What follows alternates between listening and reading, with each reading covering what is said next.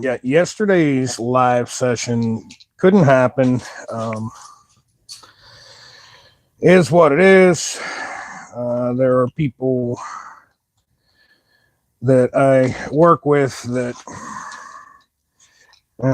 put it this way, we had an old feller who's retirement age, and he was only working a couple days a week just to fill in on the weekends, and he just up and decided that he's done. He don't want to work no more. He's retiring, so we had to divvy up the work amongst the other workers, and I volunteered for a shift for some time and a half action there. Little extra money for the Harley Davidson projects. But any of you who are following the news whatsoever know about the storm passing through the area. I am completely snowed in up here on this hill, man. There is nothing I can do. We're getting 2 inches of snow per hour, and the plow truck has passed my house once at 6 in the morning. There's literally like 5-6 inches of snow in the street in front of my house. I can't leave this place. I live at the top of a super steep hill, and my little car goes really good with snow tires, traction control and all that crap, but I'm not your typical, small peepee. I got to have a great big 4-wheel drive truck type of guy. I'm going to drive a little Kia that gets you, 40 plus miles to the gallon type of guy, and put all my extra money into Harley Davidsons. So here I sit, man. Nothing I can do till hopefully sometime tomorrow. Hopefully today. I'm hoping I can get out of here and work my regular shift tomorrow, because the other guys now got to put in extra hours because I can't be there. So I'm going to put in extra hours tomorrow and give them a little bit of a spell. Anyways, enough about that. Y'all know what's going on with the storm if you got half a brain. We are unboxing some Harley Davidson parts. And you know what? Before I unbox it, let's let some people get up in here, because I got nobody yet. I got coffee brewing. I want to have me a cigarette. Coffee be ready in just a little bit.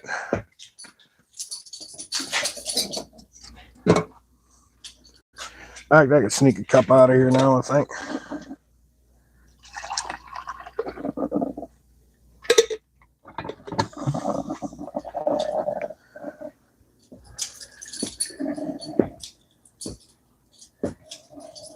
All right, we got 10 of you. Yeah, I'm snowed in, guys. Let's unbox some parts here. All right, it's a set of forward controls for a 1986 to 2003 Harley Davidson Sportster XL and XLH, whatever. Got this from eBay. Somebody, I guess, bought it, didn't want it, whatever. I literally bid half the price of it and won the bid. So even the cheapest sets of these are like $150. I think I paid like $45 and $10 for shipping. So let's see what we get. I'm not expecting much.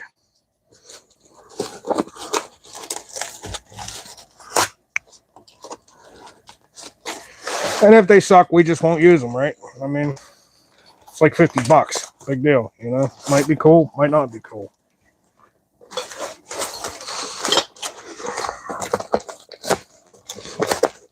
Yeah, we're just going to do this.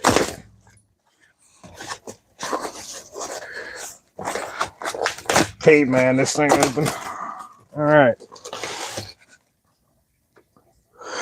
Now, if you've been following this, I did the same thing with a set of black drag pipes for this bike, and they actually came out good, but I had to make a bracket to make them fit out of a piece of flat stock.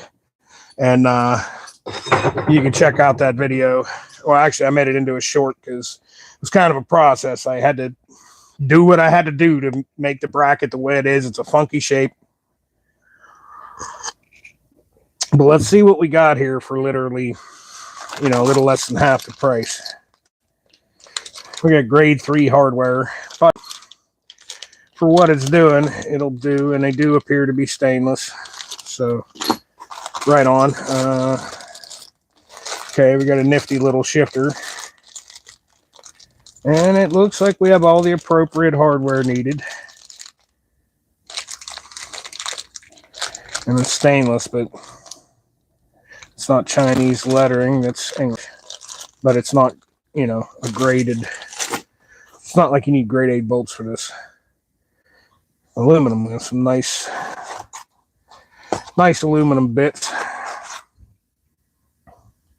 And we do have a steel bushing on the pivot.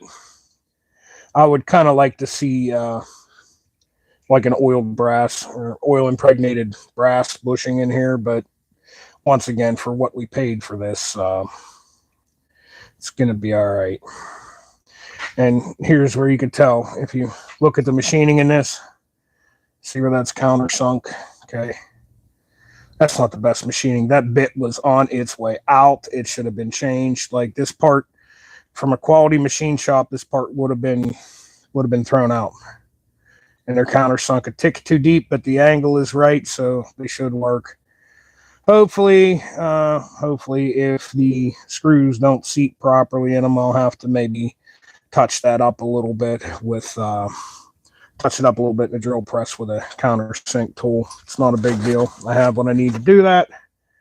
And same with these, as you can see, that's a higher quality. It's a nicer finish, and these are countersunk a little deeper so that the screw will be below this bracket and it'll look nice.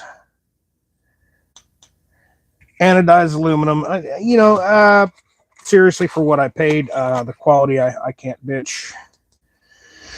Oh boy, this will be the shifter arm, and it's aluminum, and it's anodized. And look down inside it, there is a burr. They didn't do a good job deburring that, but once again, this is El Cheapo stuff. We're doing a budget build, swing arm style chopper. If we have to get in there and do a little deburring or make some parts work, that's what we're going to do. This whole project is about, you can do this at home. You don't have to be, like Paul Tuttle Sr. to build a cool chopper. And you don't have to spend tens of thousands of dollars. Okay, we got our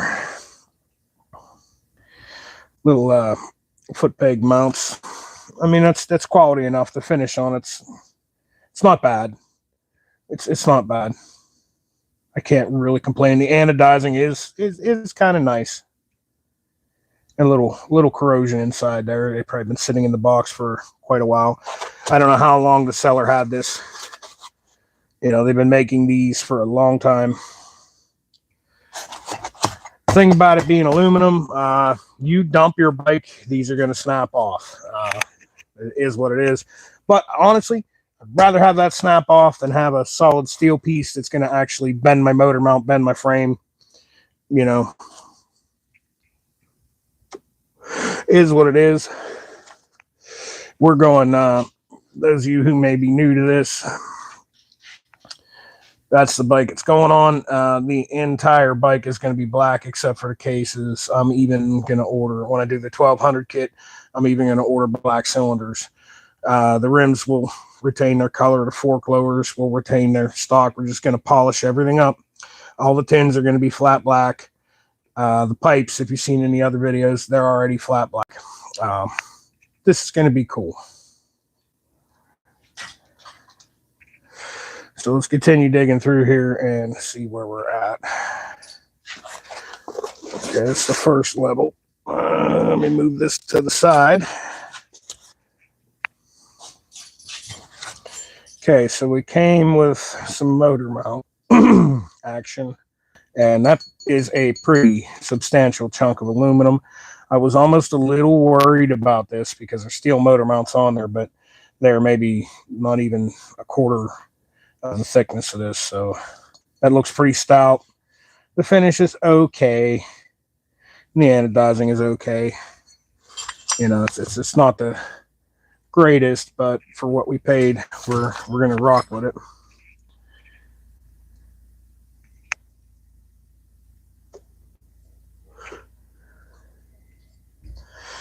Okay, we got our brake pedal. I'm assuming, yeah. This would be your shifter. This will be your brake pedal. Pretty cool design. They opened that up a little bit to kind of skeletonize it, and finishes a little better on this piece. The anodizing is pretty good. They even they didn't chase the threads after they anodized it, so those are probably going to be a little bit of a tight fit getting the screws in there. We'll deal with that when it comes. And, you know, grade 3 hardware, which appears to be stainless steel, but I think this might be chrome plated. Not high quality show chrome, but we've got a brake linkage rod, which has been chrome plated as well by the look of it. This, I don't believe this is stainless. I can tell you in just a second. Let me grab a magnet and see if it sticks to it. I don't think that that is stainless. It doesn't look like it. It looks like chrome plated mild steel.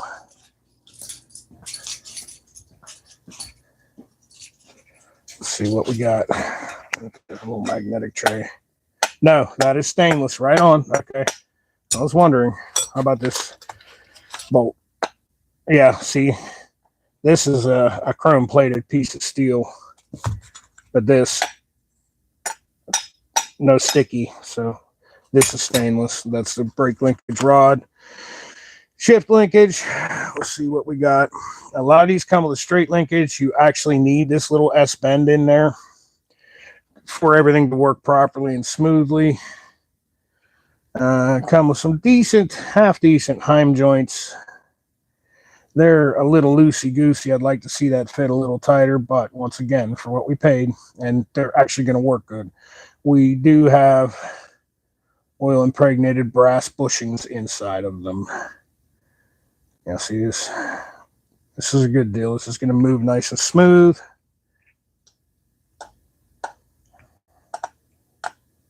Okay, this is stainless. You can't see it, but I can feel it. I don't know if we're... Yeah. That's sticking to that. So this is chrome plated mild steel. Right on. We got what we got. Did it come with directions? It did not. So this is going to be a figure it out yourself type of deal. And honestly, this is not going to happen today. I don't think we have that much time. I do have to go out in a few hours and do a little more snow shoveling because we're getting 2 inches an hour. So every couple of 3 hours, I'm going outside and just hitting down the sidewalk and hitting the car. That way, you know, whatever we get overnight, I won't be having to wake up 2 hours early to clear a car off and try to go to work. I can just wake up a half hour early. And that's if the roads are even passable to get to work. What we're going to maybe fool with today, if I feel like it, we have got a Wyatt Gatling by, well, V-Twin Manufacturing, made by Wyatt Gatling, chrome polished set of risers, and they're 1 inch. I would like to see this and my buckhorn handlebars mounted onto the bike today. Okay, and we have ordered a set of mid-USA. These are factory style grips. I feel like this bike is going to get rode the hell out of, to be honest with you. I really like Sportsters. They're really fun. I got a Dyna. I got an Electroglide. But being as this bike is going to be flat black, not much chrome, little around town ripper, this is going to see a lot of commuting back and forth to work. And where I work, we have a pretty dusty, muddy gravel parking lot. So chrome is kind of not going to get you home, and it's going to look like crap after it's parked for a 8 to 12 hour shift in our parking lot. So rather than getting fancy grips that, like what's on my Dyna, I have stainless steel knurled grips. They look badass, but they tear your hands up if you're going to ride for a long time or ride it often. I've got Kuryakin ISO grips on my Electroglide because that's the bike that me and the missus will take out and ride all day.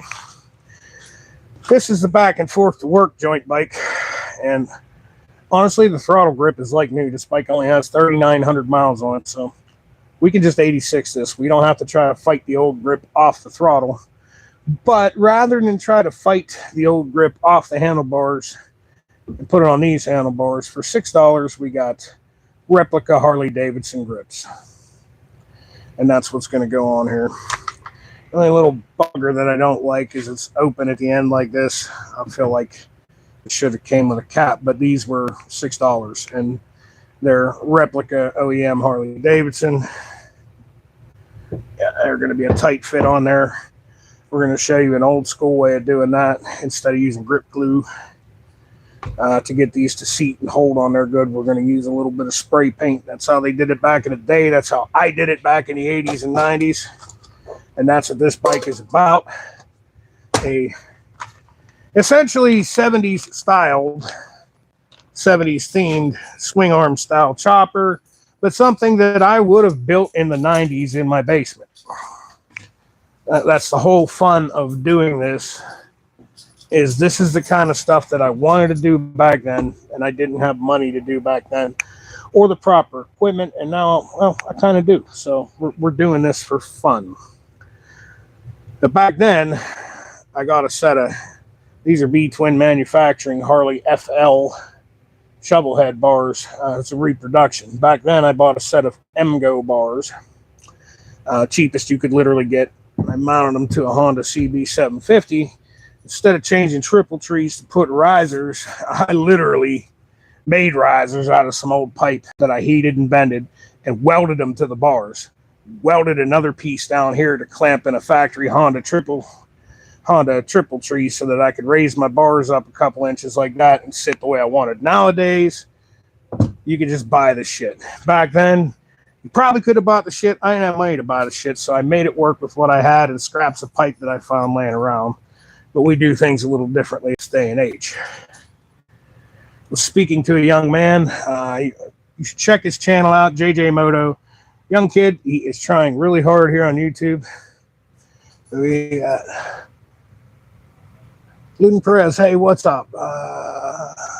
William, message retracted. Don't know what that is. Hey, what's up, Lizzie? Don't know why your message was retracted, but it was. Must have said something ignorant. I don't have moderators on this. I don't feel I need them. I mean, people on the internet can be wankers and they control you and mess with you, and that really doesn't bother me. If you have soft skin, you shouldn't be doing YouTube. You shouldn't be putting yourself out there. I do not have soft skin. I grew up a fat kid who got picked on and bullied until I learned how to kick the shit out of the bullies. And then I became the fat kid always getting in trouble who got sent to Vote Tech because he was getting in fights all the time. And in Vote Tech, I learned a lot. I went to be a machinist, and my instructor was actually a biker. I was into dirt bikes. He was into old Harleys, and he taught me a lot about how to make something work when you don't have what you need to make it work. He had a quote that stuck with me to this day called, "The smartest man in the room doesn't know all the answers. He knows where to find them." I use that quote to this day, and I actually live by that motto. So,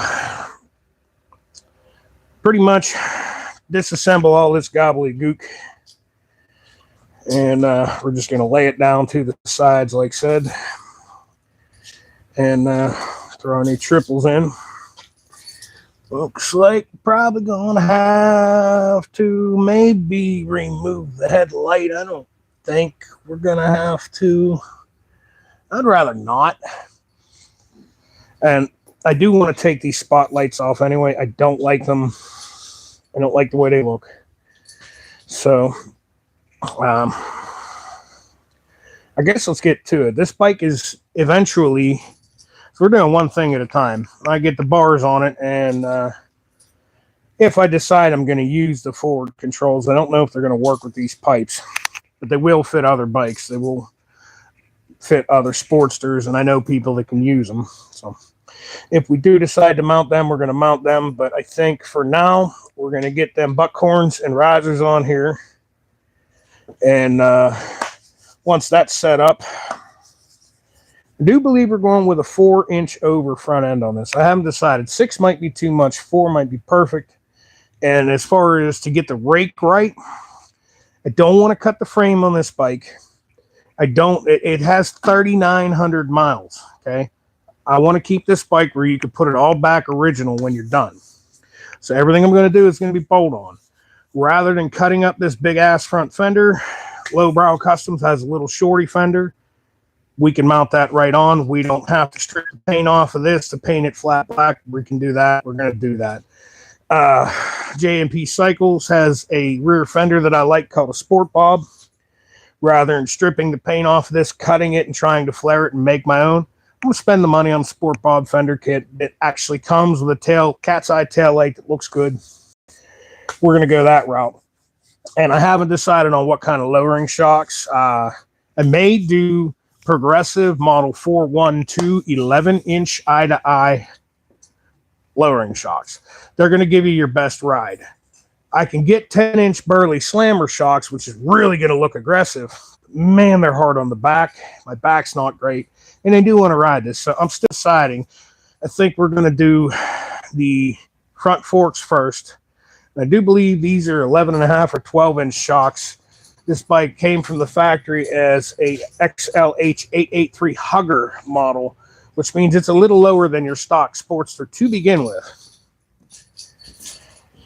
So we're going to see what the 4-over front end looks like with these shocks, and that'll be the difference as to whether I go with the comfort of the Progressive or the really aggressive look of the Burley Slammer shocks, which, by the way, the Progressives are about 150 more than Burley Slammer shocks. So there's that. And we're looking like eye to eye. Yeah, see, we got 12-inch shocks on this. So Progressive will drop me down 1 inch. The Burleys are going to get me about 2. And you can get the lowering mounts for these, but changes the suspension geometry, and you ain't going to get the best ride out of that. So I got some thinking to do there before I completely go that route. So let me get a hit of coffee here and we'll get started. Oh, that's good. Black Rifle, just black. My favorite roast and favorite coffee bean.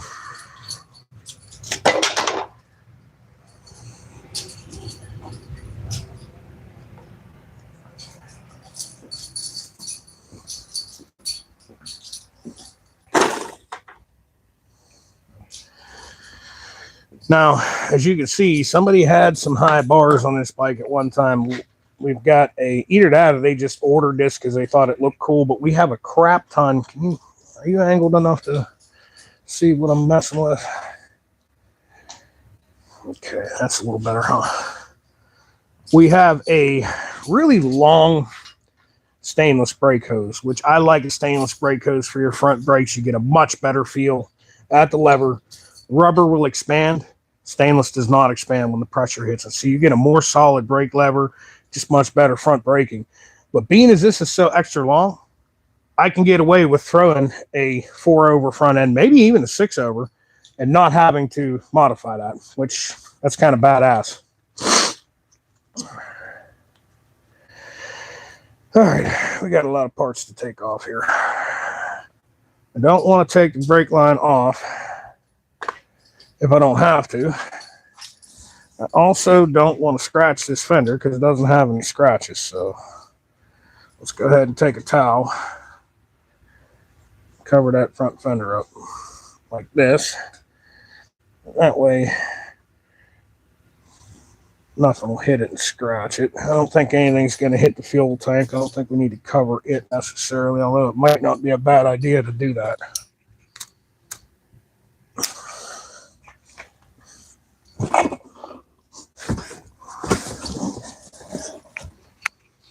Yeah, let's go ahead and just throw a towel over this.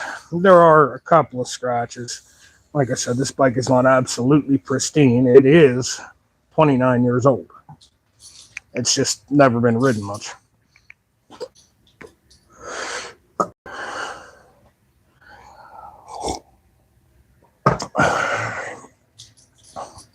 We're going to fart around taking these off. I feel like we should. How are they wired in? Yeah, you know, and I feel like we should take these off. Let's go ahead and do that. Get some wrenches and some sockets and get started here. So, before we get started, you guys want to see the snowmageddon happening outside? Here, let's pop the garage door real quick and show you what why we're doing this today instead of making extra money at work. Look at that. Okay, right here, there was a path down to the actual driveway of the shop. And that was literally 45 minutes ago. I shoveled it down to the driveway. In 45 minutes, it's already covered with, look at that. Okay. So, Mr. Weatherman here is saying 2 inches per hour. What you just seen is more like 3 inches per hour. We are not leaving this hill, unfortunately. I wanted to make some extra money at work today, but here we are. We got a couple of project bikes, but we're awaiting parts on those, so we can't really do nothing with them until the parts get here. They are in the state that they are in until I get what I need to complete them. Okay. Let me do this right quick as well and make some room.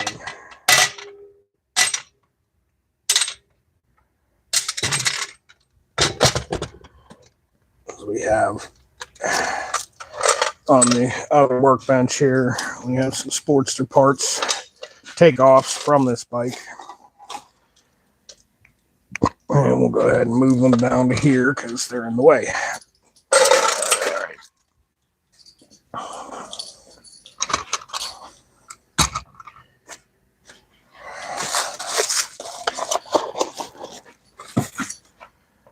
Okay. Paperwork for this bike needs to be over here. I guess I should have policed this area up a little better before I started this venture, but here we are.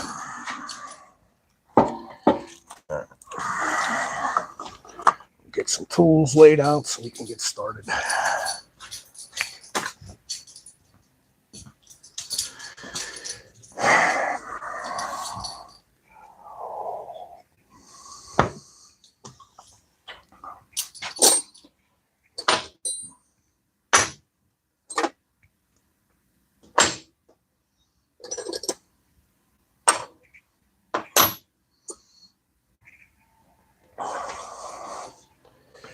So we got almost like 9/16 or so.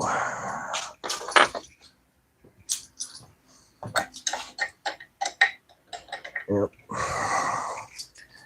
And we'll need a 9/16 socket.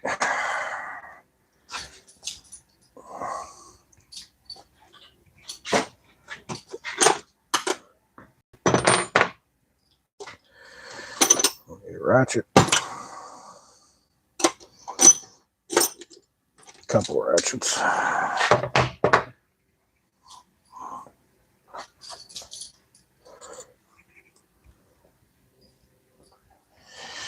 All right, now what do we got here? Nope, that is the wrong drawer. That is the metric drawer. A 1/2 inch. What size is this? Nope. 9/16. All right.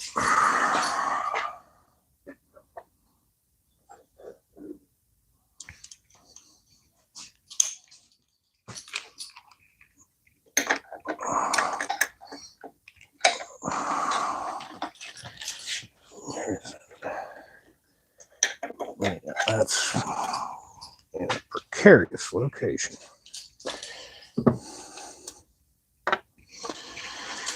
where we will need a wobbler extension.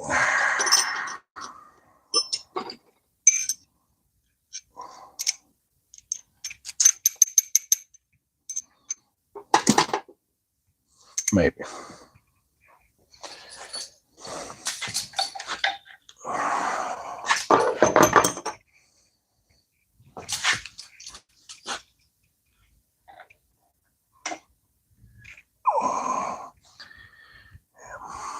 Okay. Yeah, that's on there. Okay, maybe we're going to slide a wrench over that because there ain't going to be enough room, and I have this little guy here. Folks, this is one of the things that I do. I cruise flea markets in the summer, and I buy old beat-up wrenches, as well as 2 days a week, I haul stuff from a steel mill to a scrapyard, and you generally find stuff like a wrench like this laying on the ground, okay? See how that's broken? But this is perfect to keep in your toolbox when you have a tight little spot where you just need a nub of a wrench. Don't throw out stuff like this. I'm a pack rat, and this is why I'm a pack rat.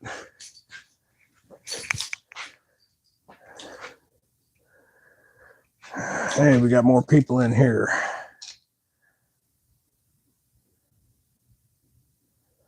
Moses 114th North, Texas. Hey, what's up, Moses?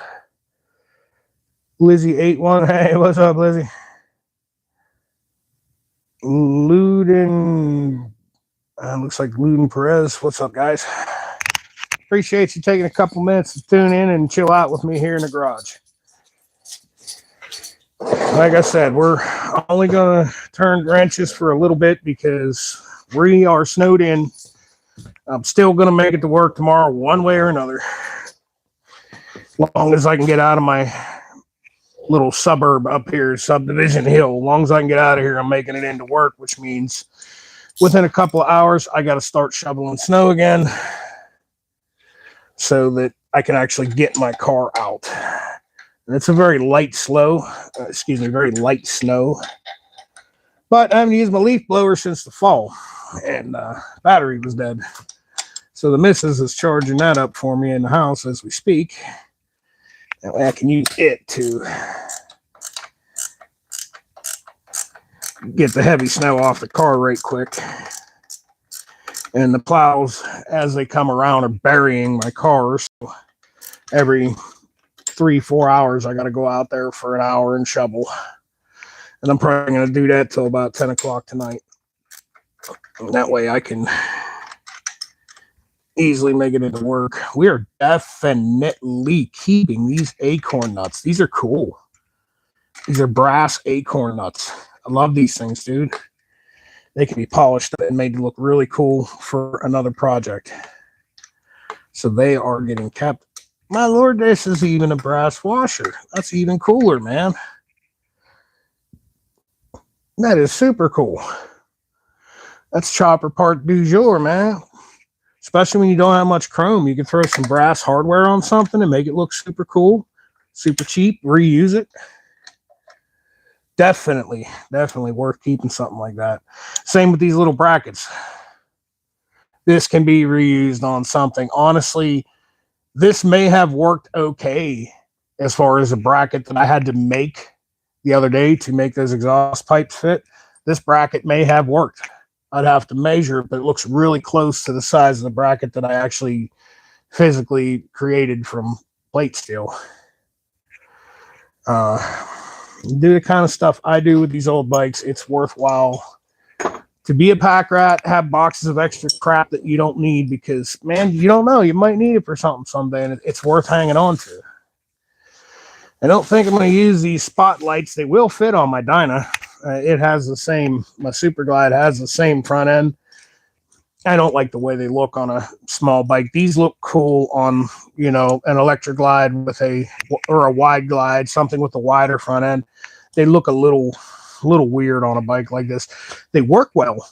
I mean, they're nice to have, but I have from another project and one of them Daymaker LED headlights. I have to order a resistor to use it, but I think we're going to use that on this bike. It won't fit. It'll fit the bike, but it won't fit the look. It's going to look weird. But at the same time, like I said, I commute to work at, 4 in the morning. So it will be nice to have a very, very bright headlight setup. So, and that will do that for me. We'll sacrifice some cool chopper looks for a little better real world motorcycle functionality.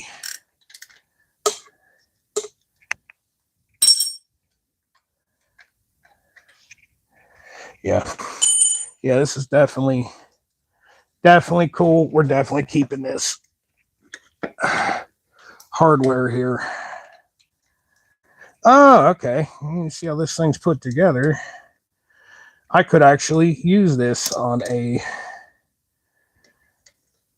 wide glide style front end. I'm gonna have to poke a couple holes in it, but I could make this fit. So these spotlights are definitely a keeper. We're not gonna use them on this bike. We're also not gonna throw them in the trash. We're gonna hang on to these. These are cool. And once again, we have the brass hardware from them. Okay, we need some wire snippers. And criminy, I hope I have electrical tape down here. I know I have some in my little emergency work bag, and I have some in the house, but maybe we'll work around that in another manner. Oh, crow, where are... I rearranged my boxes, and I think, yeah, this is my electrical drawer here. So we got this. And we have a pair of snips to cut that with. Yeah, got a pair of snips right here. That's how we'll handle that.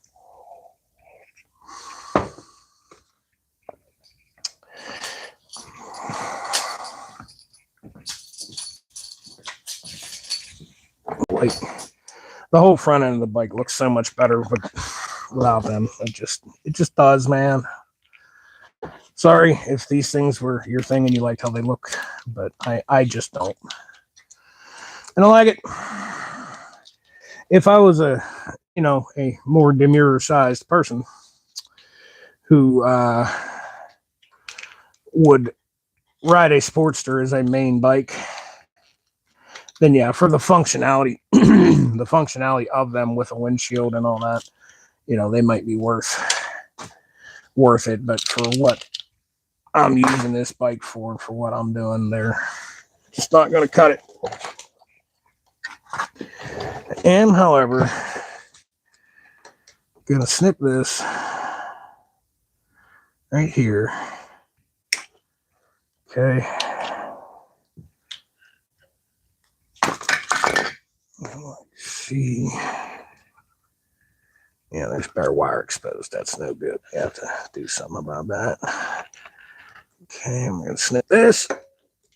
All right. Cool. They poked a little hole in the headlight to shove that down through. We're going to leave this little stinger of wire on here. What we're going to do is we're going to snip it right here.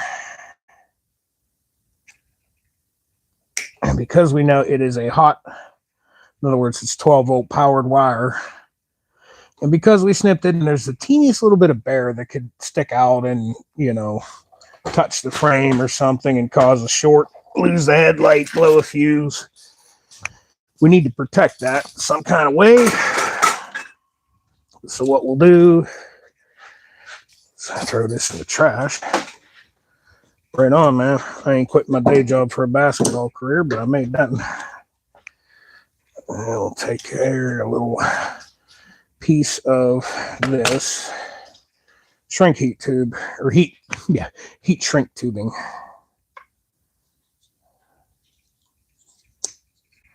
Okay. And you probably can't see what I'm doing.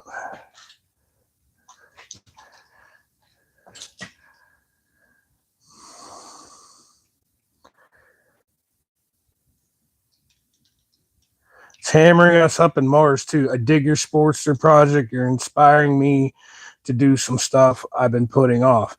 Fucking A, man. You're from Mars. Right on, man. Dude, yeah, you're up north of me. You are definitely getting hammered up there. I am in a suburb of McKeesport, Portview, Pennsylvania. We're across the river on a nicer part of town than McKeesport. Although, not necessarily, because there's parts of McKeesport like Meyer Park where the houses actually cost a good bit more than they do up here in Portview. And, the one they call Pill Hill, they got that name in the 1950s and 60s because it's mainly doctors and lawyers that lived there. So Pill Hill doctor, So let's go ahead and do this.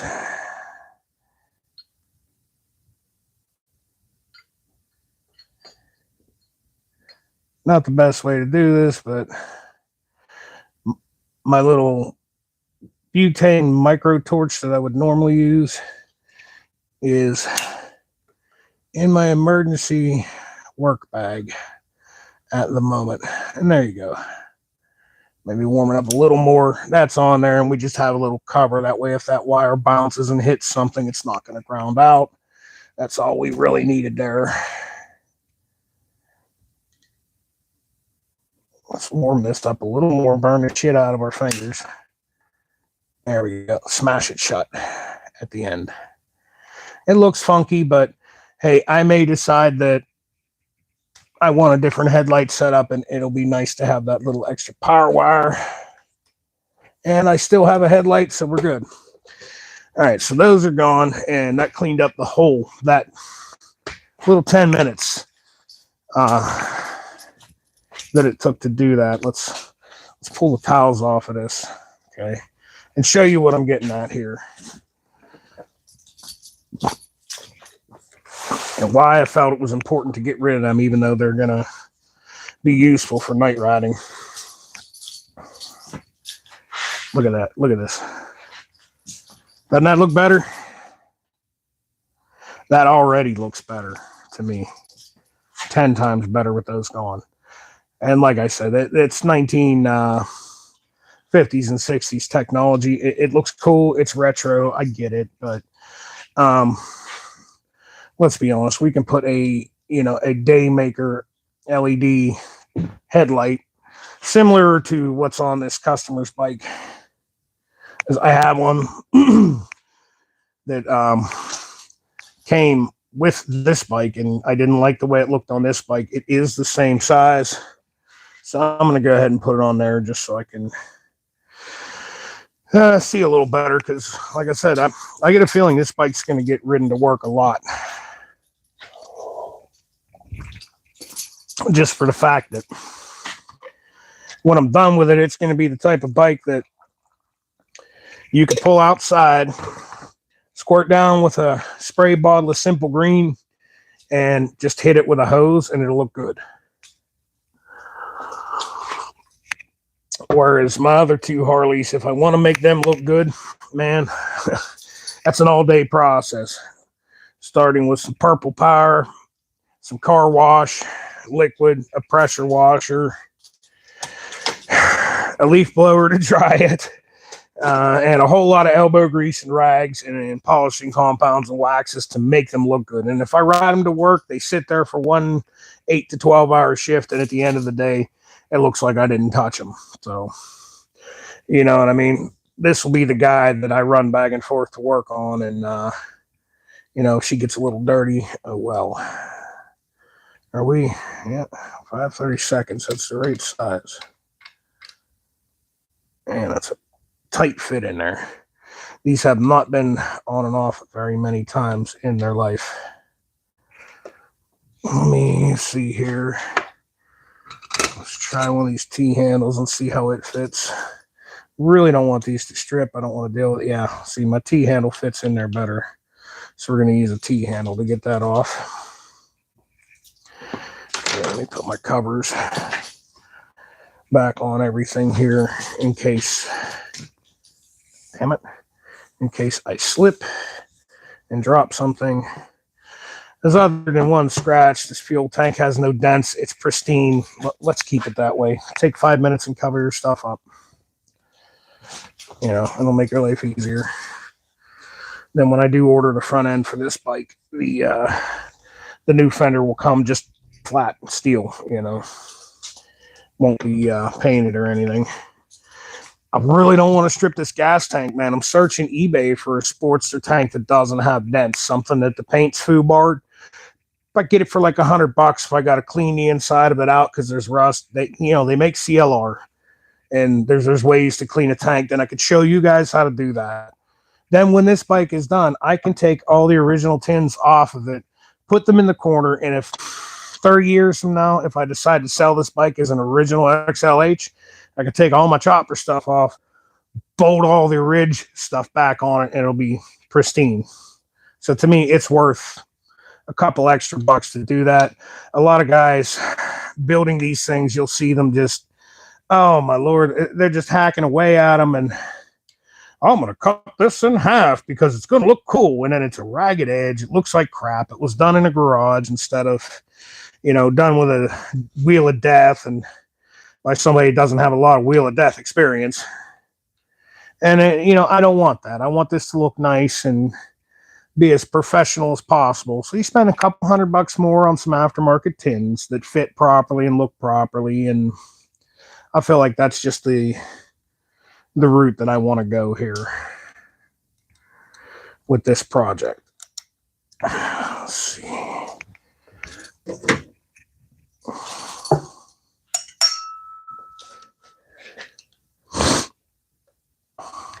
Now, I've already had this master cylinder opened up. There may have been a live on that when I first brought this bike in. And the fluid's clear. Apparently somebody put the stainless brake line on it and flushed it, fresh fluid. It's not cloudy at all. It's wonderful shape. There's no point in messing with it, flushing it, anything like that. It's just fine. So we're going to just take it off and we'll mount it right back up on the buckhorn bars. We're going to use the factory turn signals for now. It depends on what I could find aftermarket. There are so many cheap Chinese ones, and you know, that's what you get, cheap Chinese. I don't want to buy Arlen Ness stuff and put that kind of money into this bike. This is not that kind of bike. This is being built as a rider. So, I mean, I want it to look cool, but at the same time, I'm going to ride it. It's going to get dirty. It's going to get scratched. You know, it's going to get mildly beat up. Do I want to actually... We'll let that hang very gently right there. I don't like the fact that that's hanging on a wire, but we could probably fix that quickly here with a zip tie.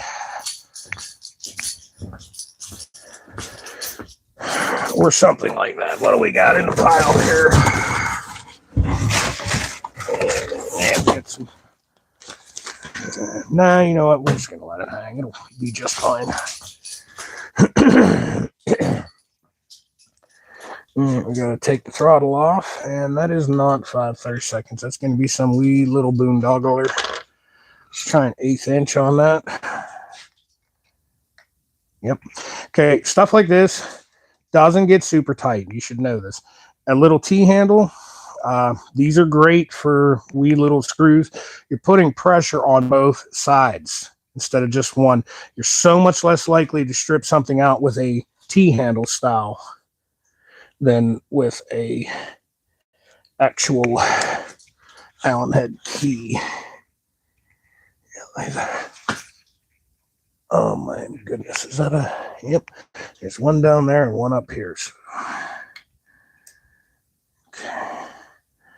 Oh, that is a bit wallered out already, isn't it? Oh my goodness. Somebody did that. Somebody wallered that out. God dang it. That might be a nightmare. Yeah, that might be a total flipping nightmare to deal with. That's why I tell folks, be super careful with these Allen heads. Use very good tools. All right, maybe we can get a metric to fit a little tighter. I guess before we go that route, let's go to the underneath side and get the bottom of that shell loose, which will take pressure off the top and make that easier to come out, because this might suck. This might entail like all kinds of nightmares, like pulling the throttle cable out, everything, getting it to the workbench and drilling that screw out. I really don't want to go through all that. But that's what you get when, you know, somebody else has worked on the bike and, you know, maybe they didn't take as much care in what they were doing as you did. Yep, that side's wallered out too. Oh, man, guys. Don't do this. Please don't do this. Please don't do this stuff to somebody else who's going to go back in there later and fix what you fixed. Do not round these screws out. If you do not have a good set of Allen keys, please go out and purchase one. Or buy yourself a little grinder, and when the ends get worn, grind them down.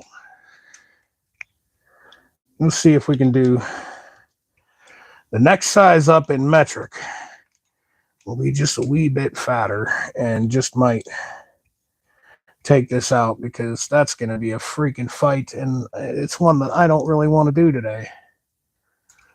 Yeah, that's not going to work. God dang it. Oh, people, don't do this stuff to somebody. Please don't do this stuff. Like, if you don't have a good set of Allen keys to take something apart, leave it alone until you can get one. And somebody like me is going to come in there years later, and we're going to have to fix your fixings. Yeah, that's...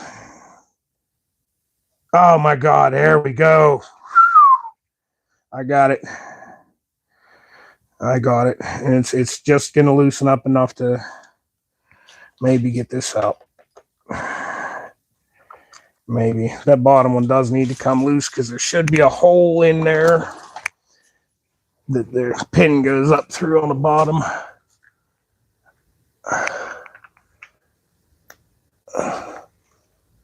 Yep, that bottom one's not going to come out at all.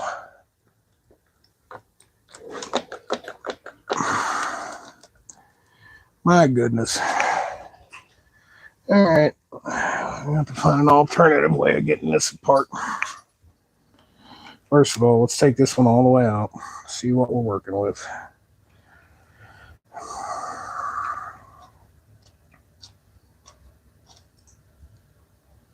Okay. Hopefully y'all can see this where it's not bad, but they boarded it up a little bit. Turn signals are optional too, kind of. Yeah. They are optional. I prefer to have them just because, seriously, it's not that I'm one of these guys that's out there saying F the police. I'm one of these guys that's out there saying, you know, hey, I'm doing my own thing. I'm riding a cool bike, and I don't want to be bothered. You know, I want to get to where I'm going and not have to be pulled over and be spot checked, and you know what I mean? And that's how I roll with it. So for me, I'd rather just have turn signals. And honestly, most idiots nowadays in traffic do not know that this means turn left, this means turn right. They don't know that. They're stupid.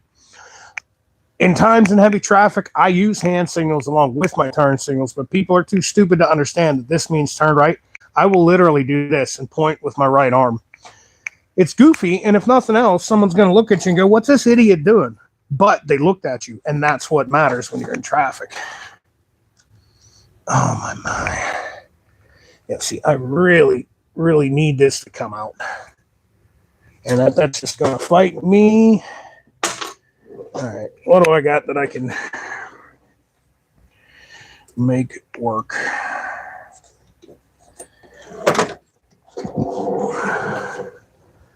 Is that going to fit in there? No. Yeah. Okay, how are we going to get you apart? We pretty much established that you're wallered out enough that the next size up in metric is not going to fit. But sometimes there are slight variations in Allen keys where one's going to be just a little bigger than the other one, even though it's the same size, just a little bigger. Maybe the coating was a little thicker that day when they were making them.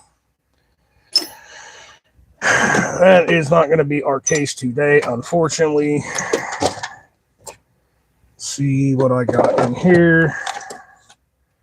Because honestly, if I can't get that bolt out, that's going to end this project until I can get it out. And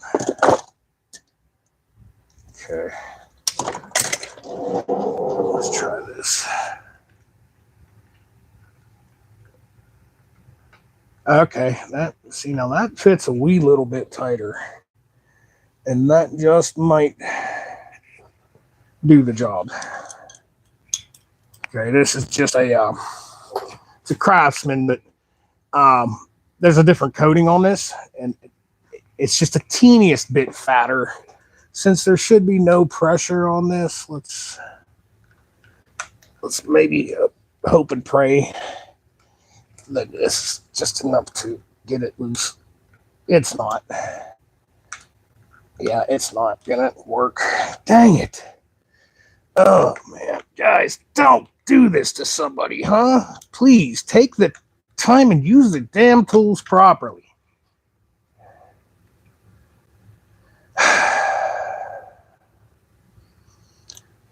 Oh man, how are we gonna deal with you?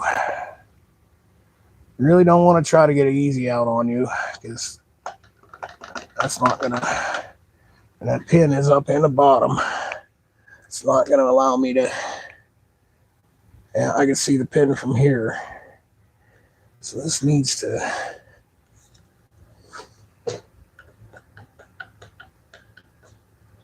Yeah, it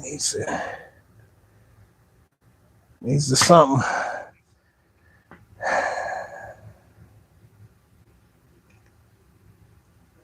Really don't want to try to drill that out. That's going to be a freaking nightmare, man. I don't want to do that.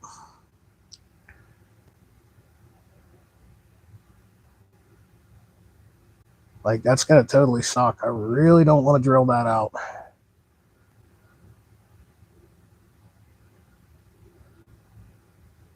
All right, I got an option here, and I don't really want to use this option.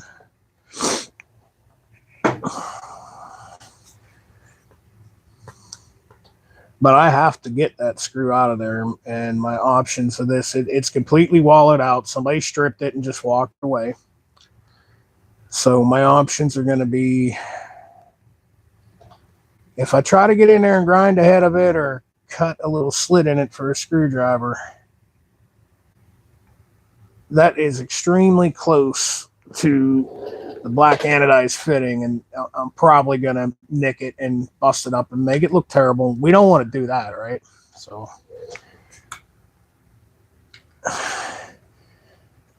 can we work it up? Yeah, I think we can actually work it past here.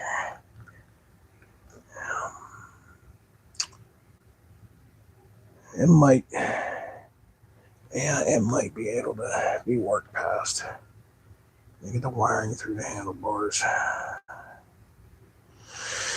All right, let me think on that, because I do have an option of getting that apart, and I don't like the option, but the option is going to be to take some plastic steel and fill the hole with plastic steel and jam an Allen key up inside of it, let it set up overnight, and spin it right out. That looks like that's going to be my option. And that's really not an option I want to take. Where are the plugs for this wire? If I can, I might be able to snake it around and do it that way, maybe. This is the kind of stuff you fight with when you deal with old bikes. there may be just enough wiggle waggle in this because they didn't have that tightened all the way to begin with. There may be just enough wiggle waggle because I'm looking at the pin here and it's up past the indentation in the bars. I might be able to get this off without getting that screw out. And then when I have the throttle itself off and in my hand, I have so many different options of getting that screw off rather than just trying to drill it from right here, because that's just gonna really suck. You know, if I'm gonna do that, I'll set it up in my drill press where I could do it properly. So I think we're gonna go that route with it. So let's get to, I guess we got to get down into her and get the headlight brow off. Get clutch bracket off of this side.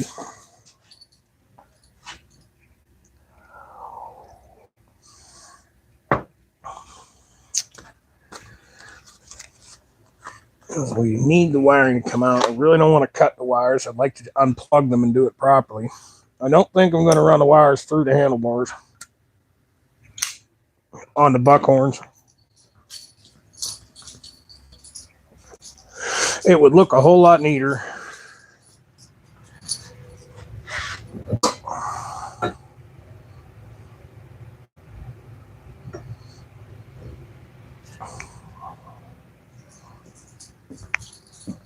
And as you can see, they're already drilled for it.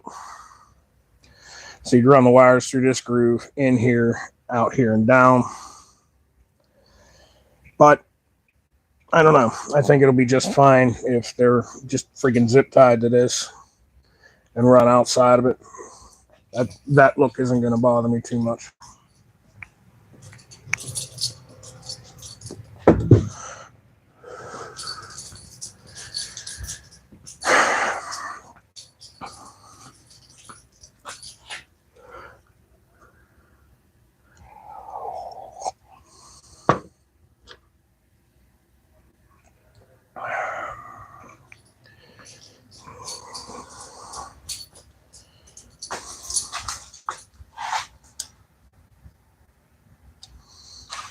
Yeah, you guys even wallered this out a little too, didn't you? All right.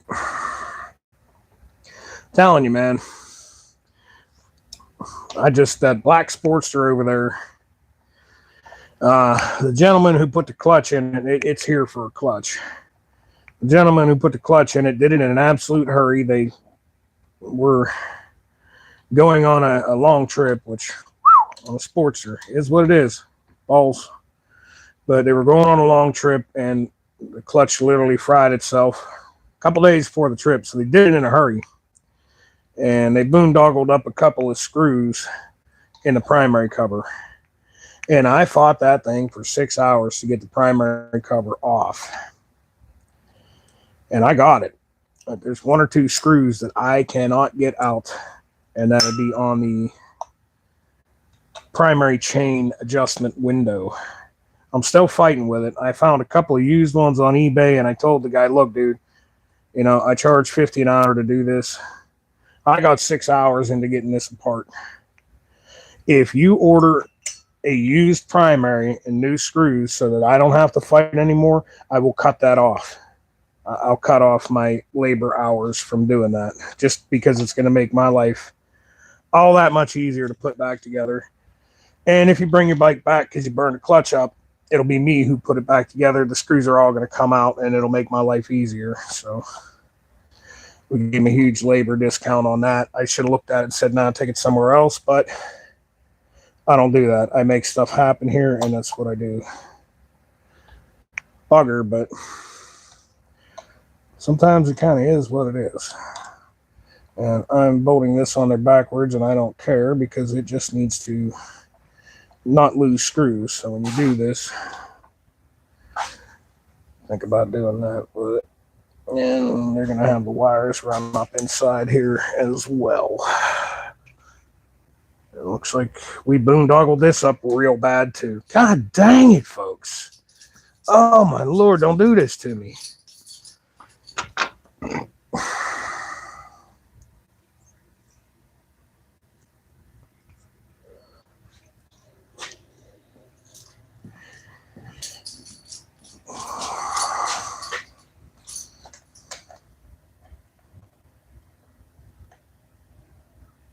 Okay, good.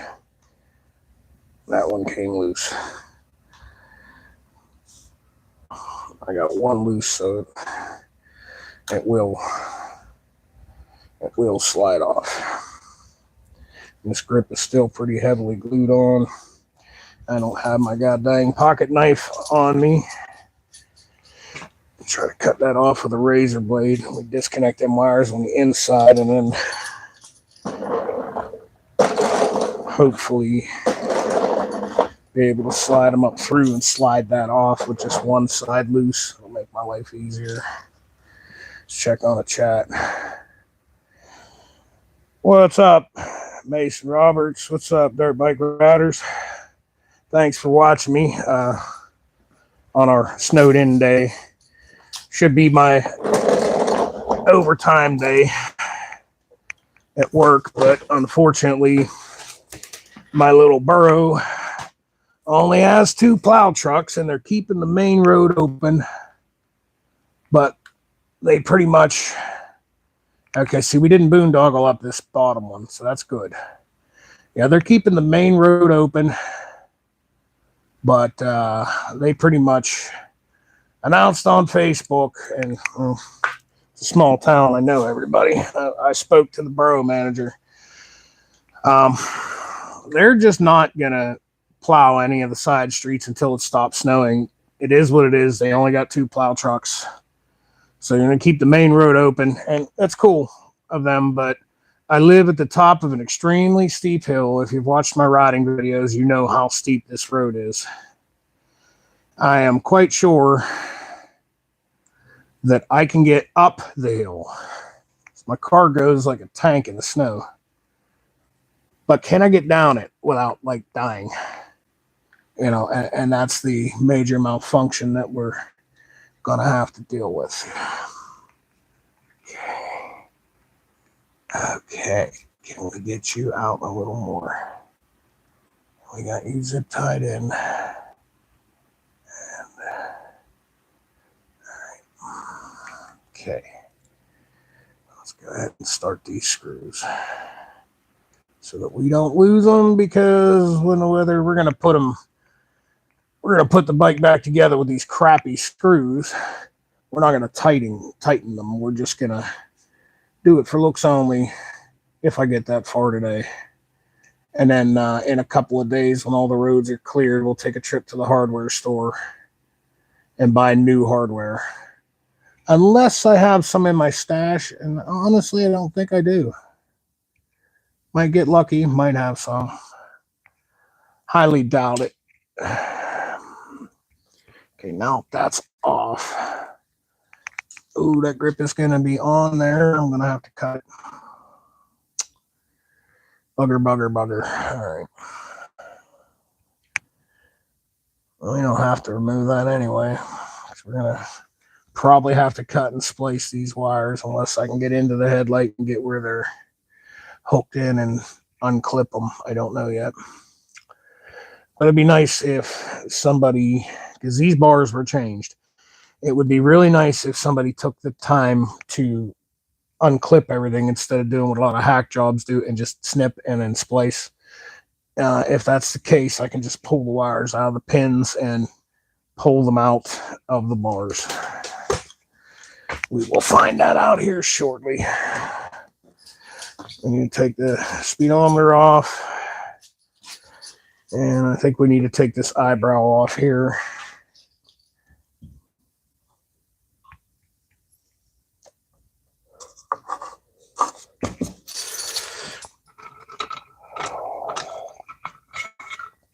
Let's see what we got. Nope. Smaller, 1/4 inch maybe. Let's try 7/32.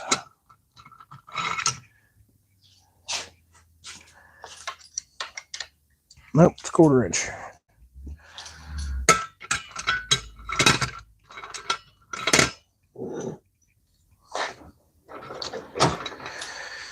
Let's get down into here. Do I got a 1/4? Yep, that's a standard drawer. I got 5/16.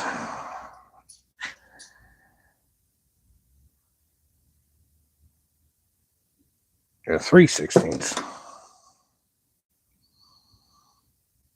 We got a quarter.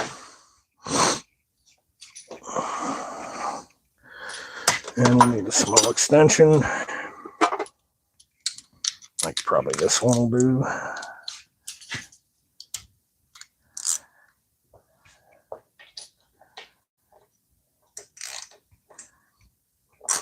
Okay, we didn't kill these, which is good.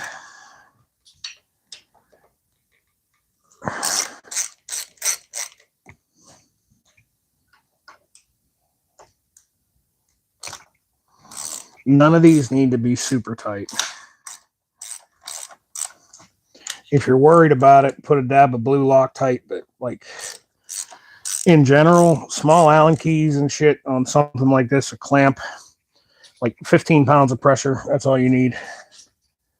15 foot-pounds of torque. You got any more than that, you're going to create a nightmare for someone like me.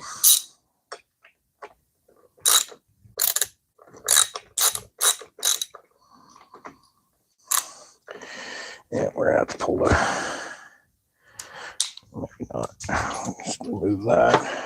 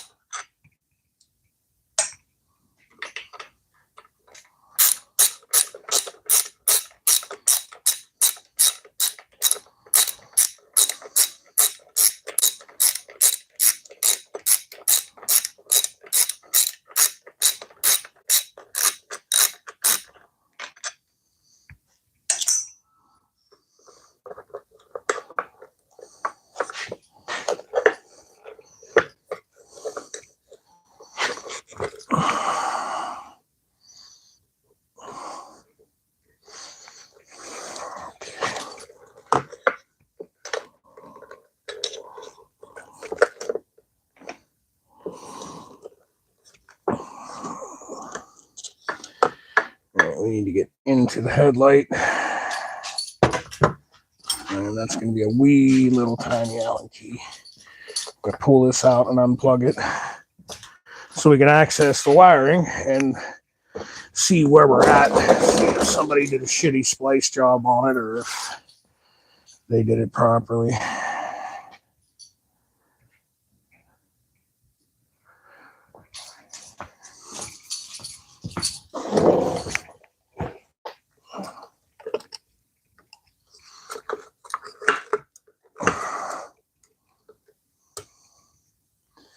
And that's a screw on an Allen key, isn't it?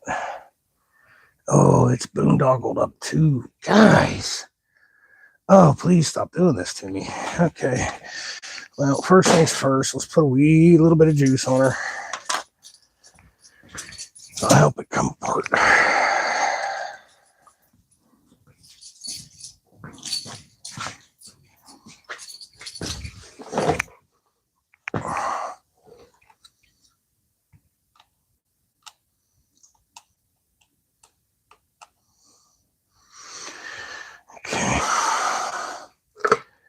The outside ring's the only one that has to actually come off. Let's let that set for a minute.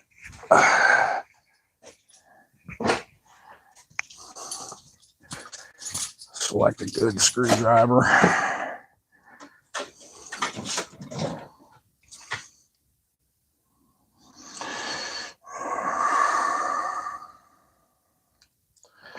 Hopefully this will do the job.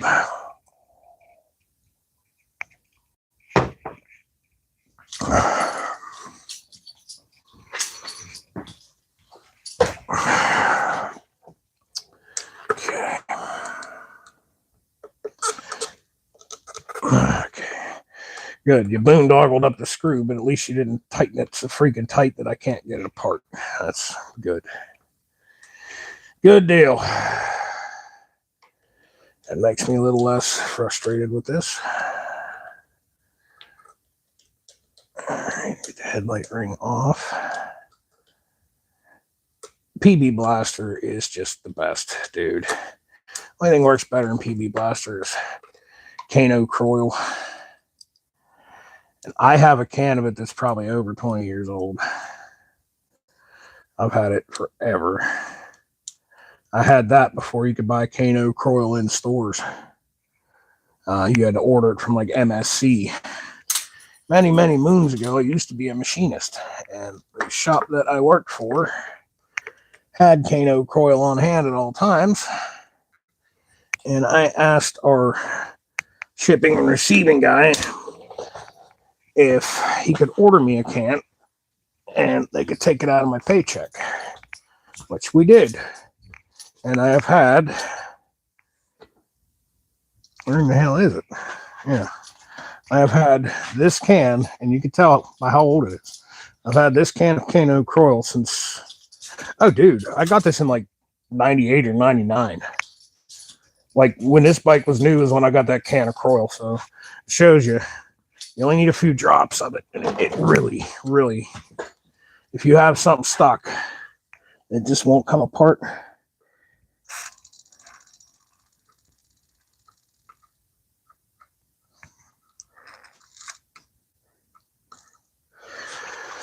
Then Kano Coil is exactly what you need. It will save your behind. Can I get this in the open a little bit? Yes, good. Okay, this was not over tightened either, thank Lord. Thank God.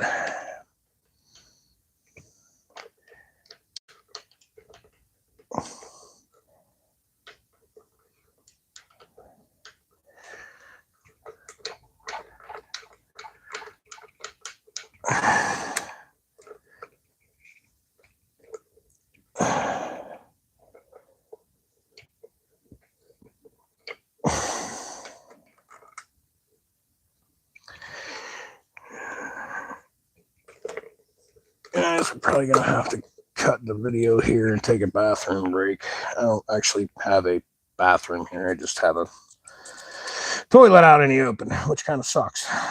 Which means I got to either go off live or shut the mic off and put a rag over the camera. Hopefully we don't have to go that route, but we just might have to. Get the headlight out of the bucket.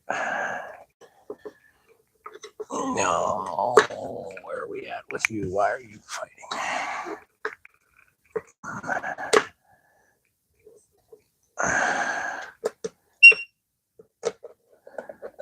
Okay. All righty. Let's get our headlight unplugged and over on the bench so that it doesn't get broken. And it don't want to come out. That's because this has to be opened on it. Yeah. That's how that has to go.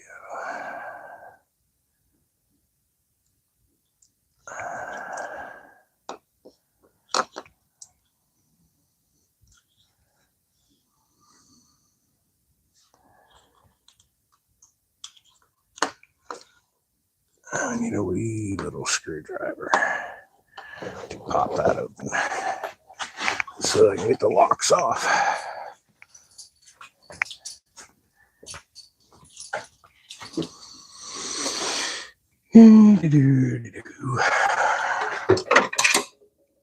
I'll take you and we'll go with you. Let's see where we're at. How many folks are up and alive? Yeah, we got 6 of you. We got 7 likes. Cool. We got more likes than we got people watching, and that's kind of awesome. I dig that.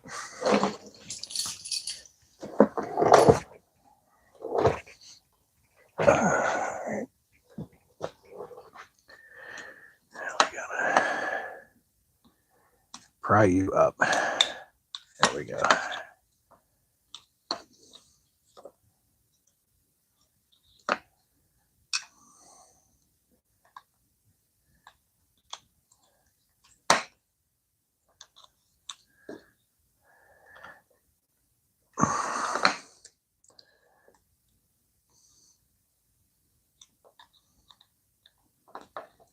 Okay. Got one on this side. Okay.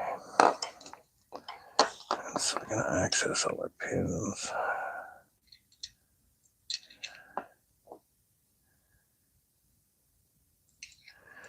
Can we get you out like that to get this apart? It'd be nice, wouldn't it? Because I would like to just pull this off. Can I get it with my fingers? Probably not, huh?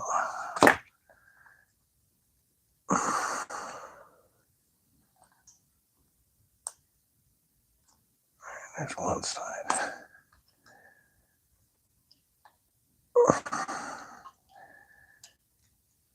Here we go. One side started.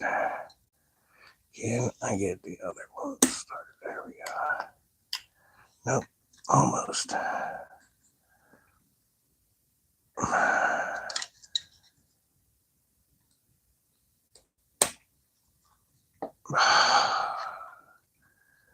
These things can be a bugger. And the name of the game is being extremely gentle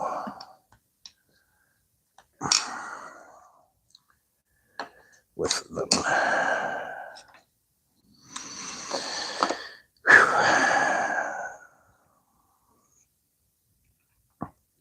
Like, you see this little extra right here? This would be your proper way of mounting those spotlights, not spliced in like they did it. This goes, I believe, yeah, this goes, no, this wire should be your power.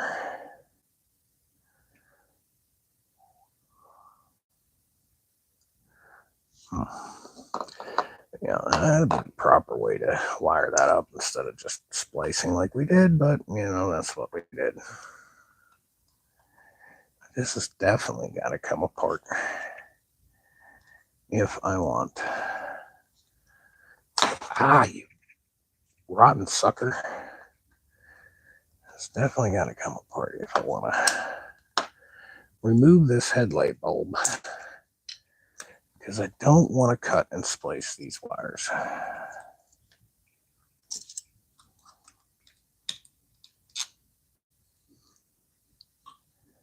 We got that side started enough that it ought to go.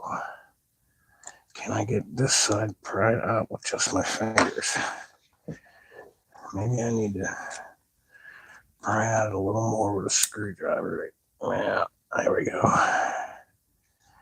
All right, now if I can get this pick to go underneath there, and it should stay. There we go. See?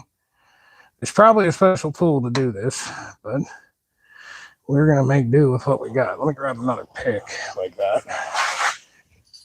We'll hold the other side open with a pick, and then we should be able to just pop that little devil open. I have multiple sets of these. They give them away half the time at Harbor Freight, so you spend a couple bucks. I break them. I lose them. I use them for stuff. As you watch my videos, you'll see I do a lot of carburetor work on older bikes. And tools like these little picks make your life really easy dealing with intricate little stuff like carburetors. And honestly, stuff like this. Like I said, I'm sure there's probably some friggin' tool made to... There you go. See how them are bent out like that? Okay, that's the idea. Those are locking tabs to hold everything together. Pretty sure that's what that is.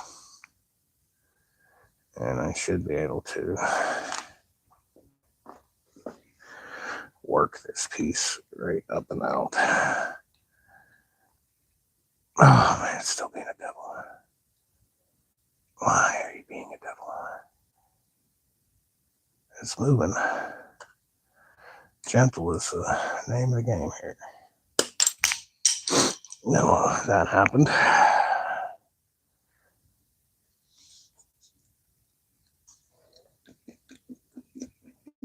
Oh, man. All right.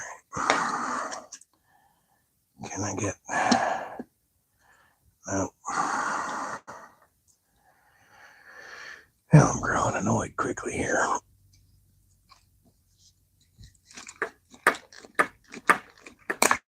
we go. But gentle is the name of the game. You see how these work? These little pins lock in there on these tabs, and that's what keeps this from unplugging itself while going down the road. Take your time with stuff like that. Don't break this stuff. That way the next guy doesn't have to tear it apart and figure out what you have safety wired on there and duct taped instead of, because listen, people do that shit, and I get bikes in all the time that I have to rectify what somebody has messed up. If you look at my wiring, I have a wiring playlist, motorcycle wiring. I got an old gold wing in that most of the damage was done before the previous owner got it. I acquired it through some trading and different things. And he rode it around a little bit, and I am really shocked that he was able to do that without it burning down. It was in bad shape. Who's messaging me? I'm probably not going to be able to see on here because we're live. Oh, that's my buddy. You should be watching me, not messaging me, dickface.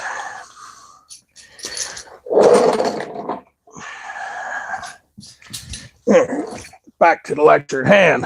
We have more to take apart here. Okay. So, again, this has to come unclipped. This has to come unclipped. These are not going to go through the handlebars.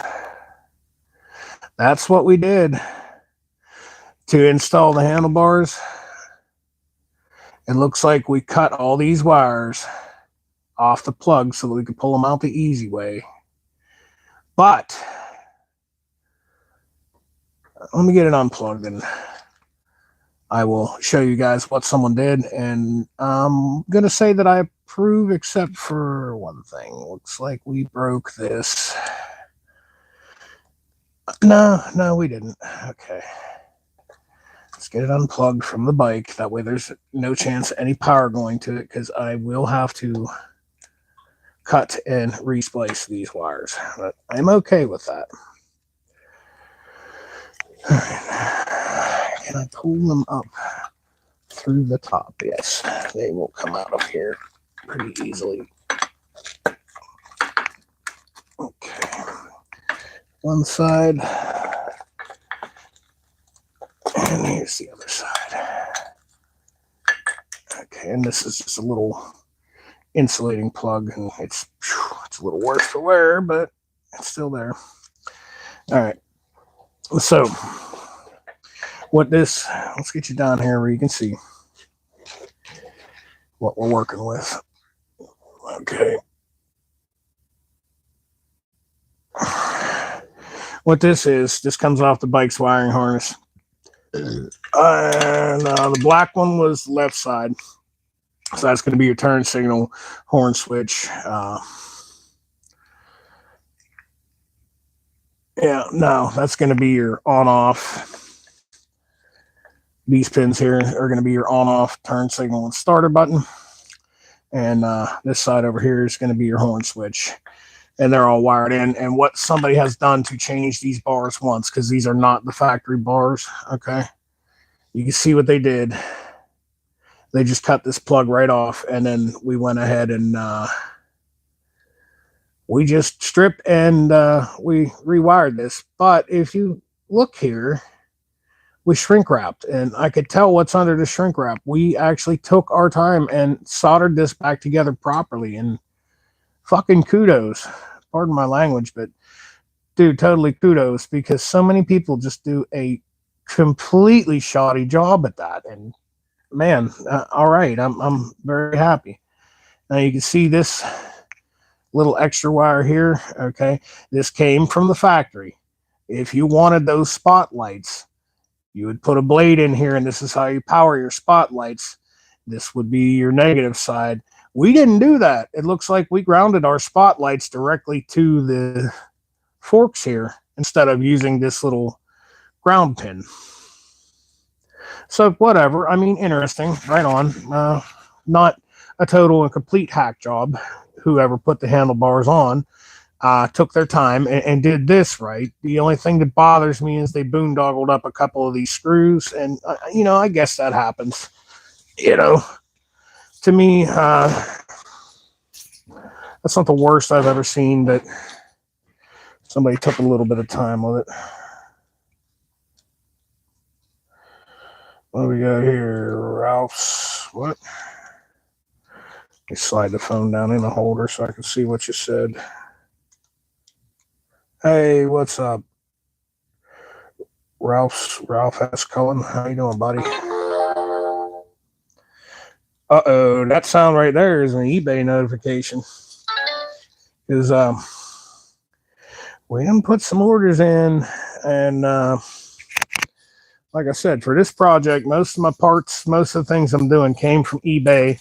They're secondhand stuff and used stuff that somebody bought, didn't like, and sold cheap. So that's kind of how we're handling all the parts for this bike. We are not going to do that with the 1200 kit, the top end. We're going to go ahead and just spend some money and order it directly from S&S Cycle and get a quality.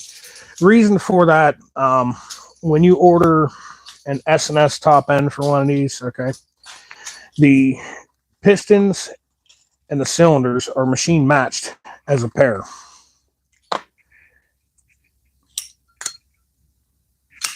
So they're a complete match set. They need to stay a complete match set.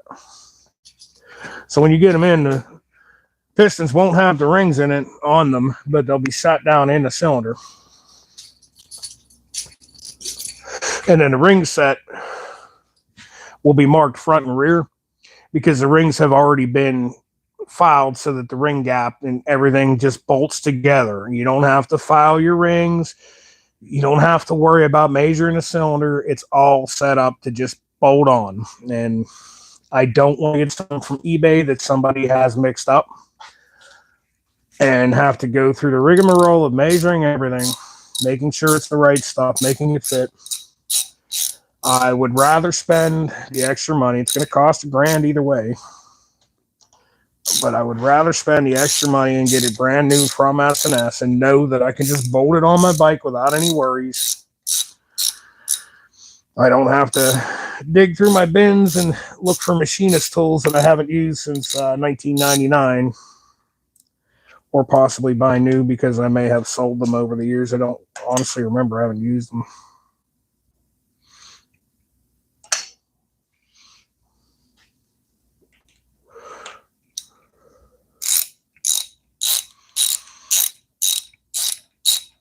And you can look here. Somebody cut these off. These are what was holding the eyebrow on, and they did a shitty job. They didn't grind a chamfer on it. Every motorcycle tells me a story when I work on it of who owned it, what they did to it, and exactly how much care they took into what they did.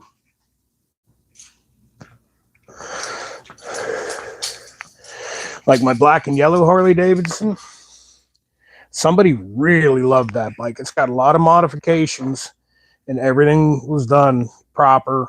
All brand new stainless steel hardware. The corners of the bolts were not rounded. They used quality tool.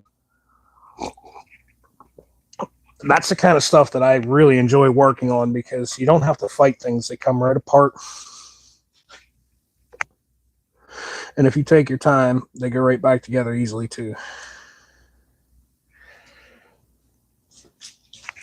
But such is not always the case. And we got the speedometer out of the way. Oh, God. Yep, I guess it's that time. We are going to have to cut some wires here. All right.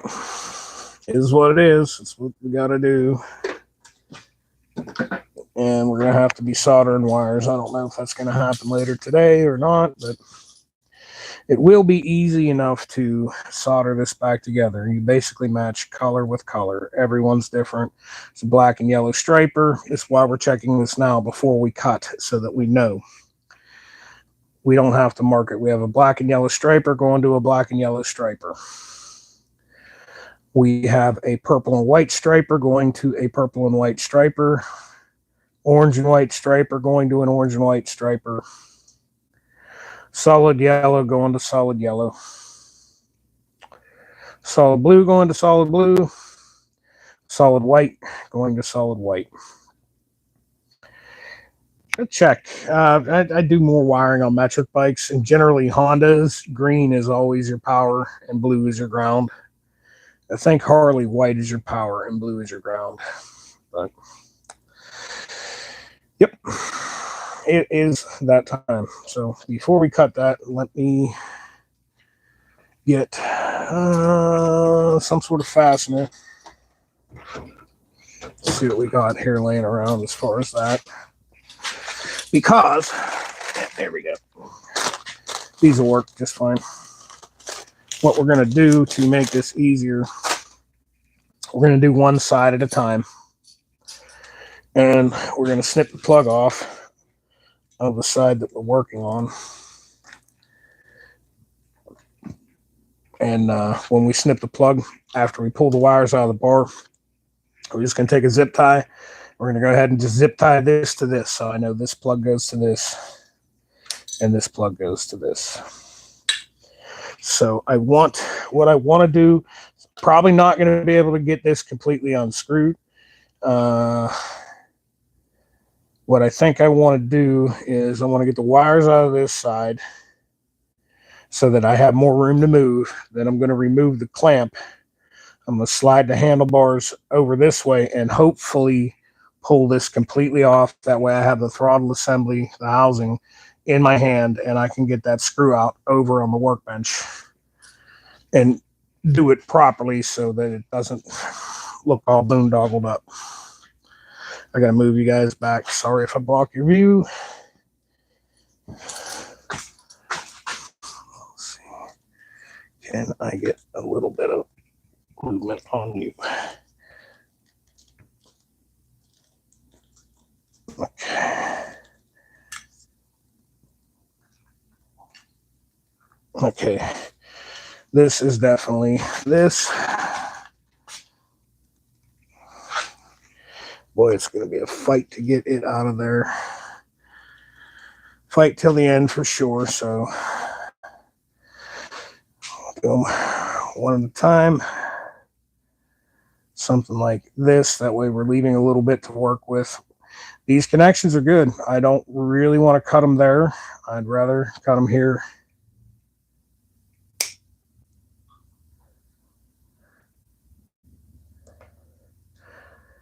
And just do a second splice on my wires.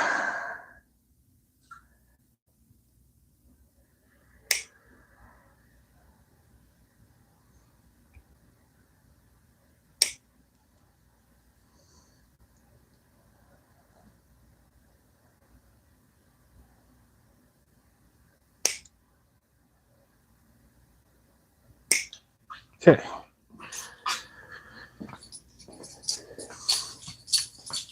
It's just one more thing to just, slow it down. Easy, guys. This is your project, and it's winter, and it's snowing, and you're not going to ride it soon. Slow it down. Take your time. Do things neatly. Oh, my goodness. You are going to fight me until the bitter end, aren't you? All right, let's move you down to like here. Okay. Now we got you loose. Can we loosen this up and maybe turn this up? So we're going to have to feed these wires as we pull. Don't really want to just be a monkey and yank on it. That's not how we really want to do things. So we don't want to damage these wires. We don't want to make a new wiring harness.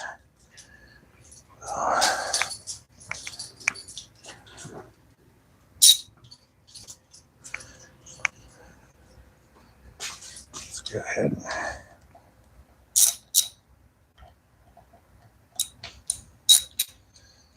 Can I get... Oh, my Lord.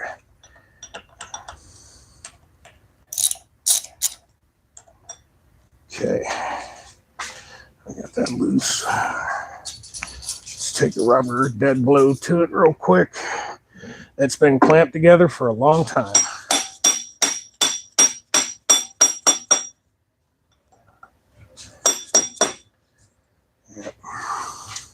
Yep.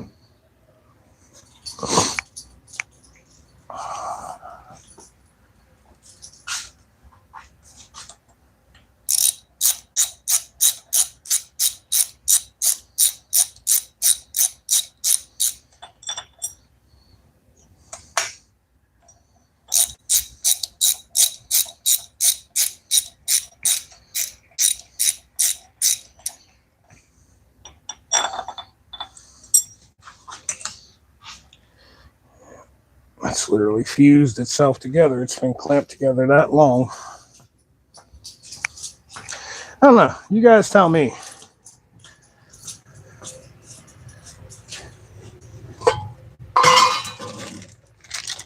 Let me know in the comments here. What looks better? The factory one or the chrome piece?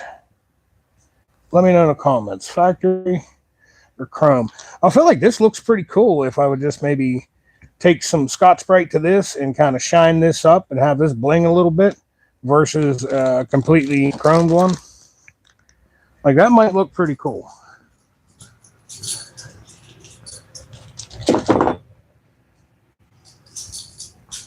But we have a while before we make that decision. There we go. And it goes to show you how long them things are on there. If you were that tight, take a dead blow to them to get them apart.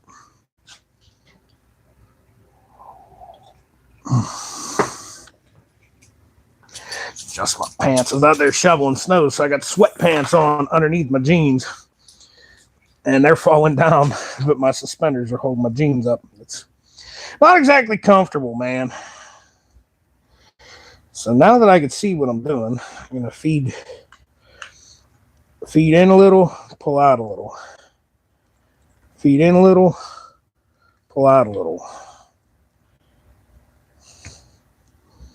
Just going to take my time. We're absolutely not in a hurry here.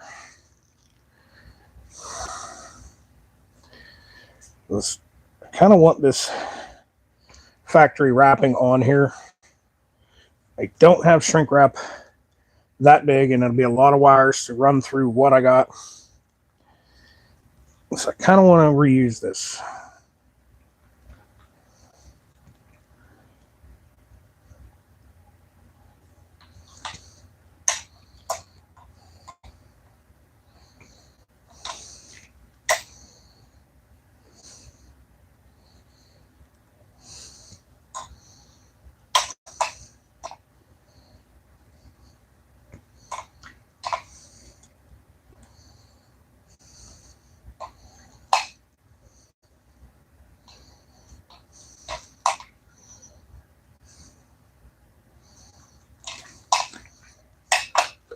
There we go. There's one side.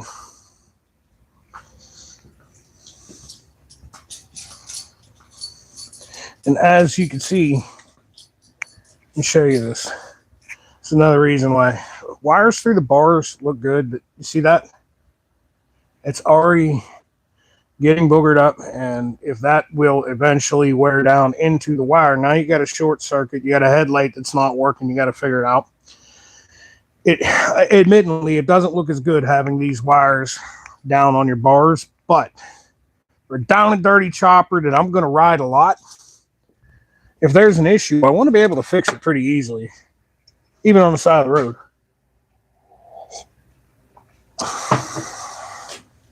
She's definitely not going to be a freaking trailer queen. And that was never in the plans for this bike, ever.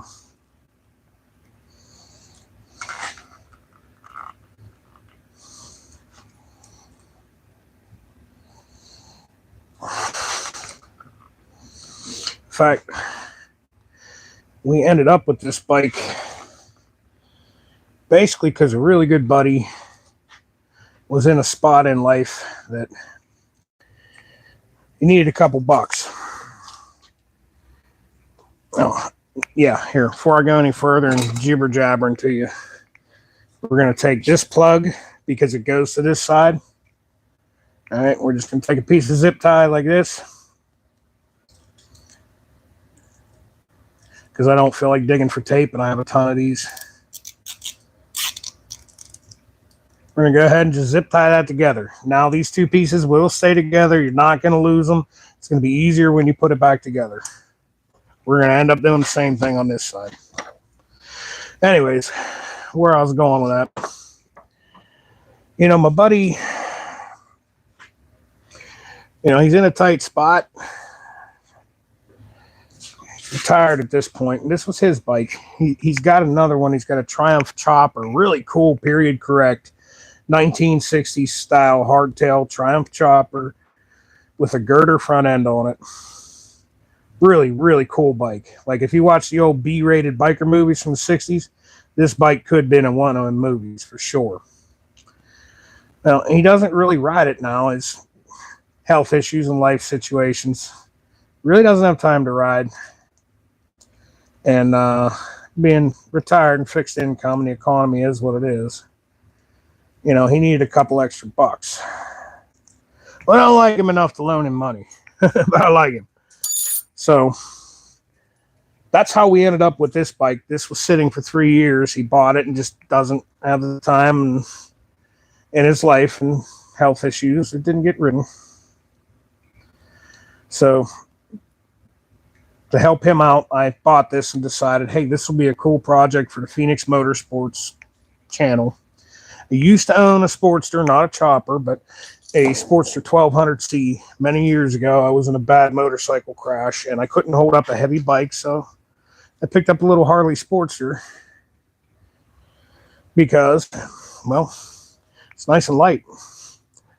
I mean, I, at the time, had a 1100 Honda Shadow as a beater bike, but honestly, it was too heavy. I couldn't hold it up. That little Sportster I could, so I picked it up. I rode it for a season until I got healed up a little better from my crash and I was able to hold up a big bike again. Then we went into a Goldwing. But I had a lot of fun with that Sportster. Yeah, it kind of sucked on the highway, but oh my God, was it fun around town, which is what made me want to do this. So, all right, and once again, my black and white striper, orange and black striper, white and black striper, yellow and red striper, orange and white striper. Okay, so we're going to snip them all about right here because this is a good connection. This was done properly. Somebody knew what they were doing. They took the time to solder it. They took the time to put heat shrink on it. They didn't just twist and tape like half these dum-dums do. They did this nice. Approved. But since we know the coloring of the wires, everything is the same in here. So we're not going to cut into this that's already been stripped. They did a good job. Why mess up what someone did? That's holding. We're going to cut back here and leave just enough that we can strip and create another splice. So one at a time, we'll nip them all off and we'll leave a little stinger on the end here that we can strip and solder back in once we run our wiring.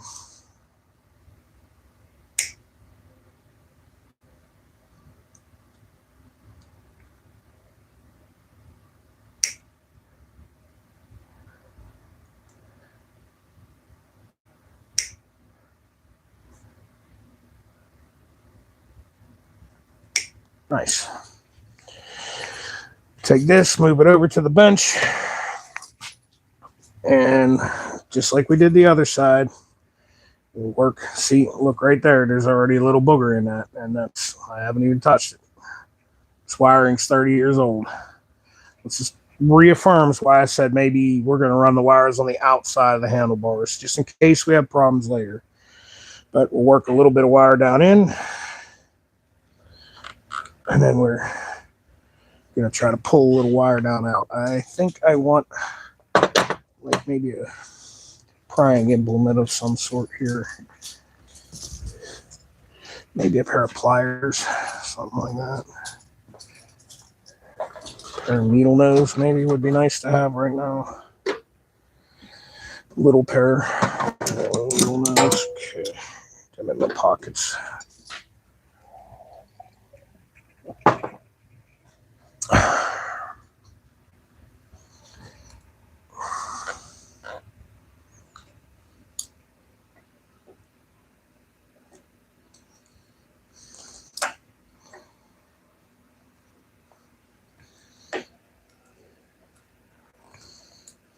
Okay.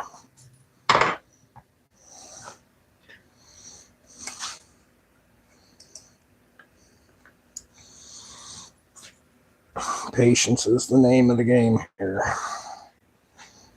A little bit at a time.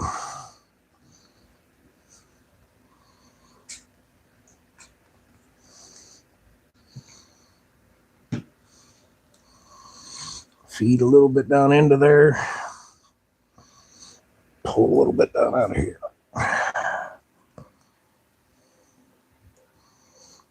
And take your time.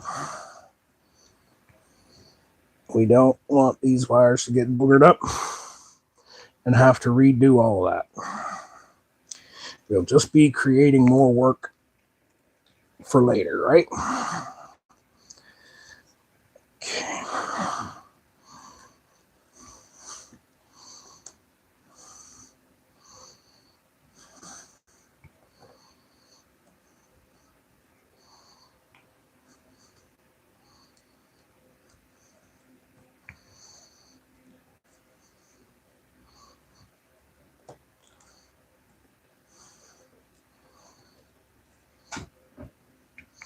By the way, man, if you're watching this and you're not subscribed, what are you doing, man? Like and subscribe, Holmes. You do my channel a big favor by doing that. Do me a big favor by doing that. Now, can we get the bars out of the throttle housing? And yes, that is a victory. Okay. Cool, like kind of a flat tracker style bar, but maybe if they were down on low risers like that, they don't look good on these pullback risers. I understand. Like I said, the person who owned this bike prior to my buddy getting it, my buddy is about my height, like maybe 5'11", something like that. He might even be a little taller than me. But this was owned by a woman, and she was literally, I think, like 4'10", very short, diminutive person. And she needed shorter bars. So this is what someone worked up. But this is what's going on here. And I just want to kind of look at this real quick before I change the risers. Because I might not change the risers. If I have enough throttle cable, sitting up tall like that is going to look really cool with the extended front end that I'm getting for this. Where did I put? Let me just lightly bolt these in place and just see what it's going to look like from a distance. I'm going to move you guys back so you can see a little better what exactly I'm talking about. I wish these were not 45-degree angle risers. If they were straight up and down, that'd be absolutely badass. And risers are cheap. We might even order different risers.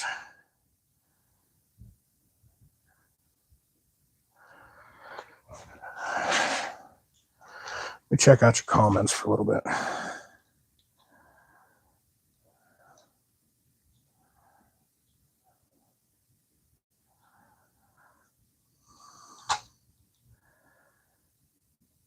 What's up, Mason Roberts?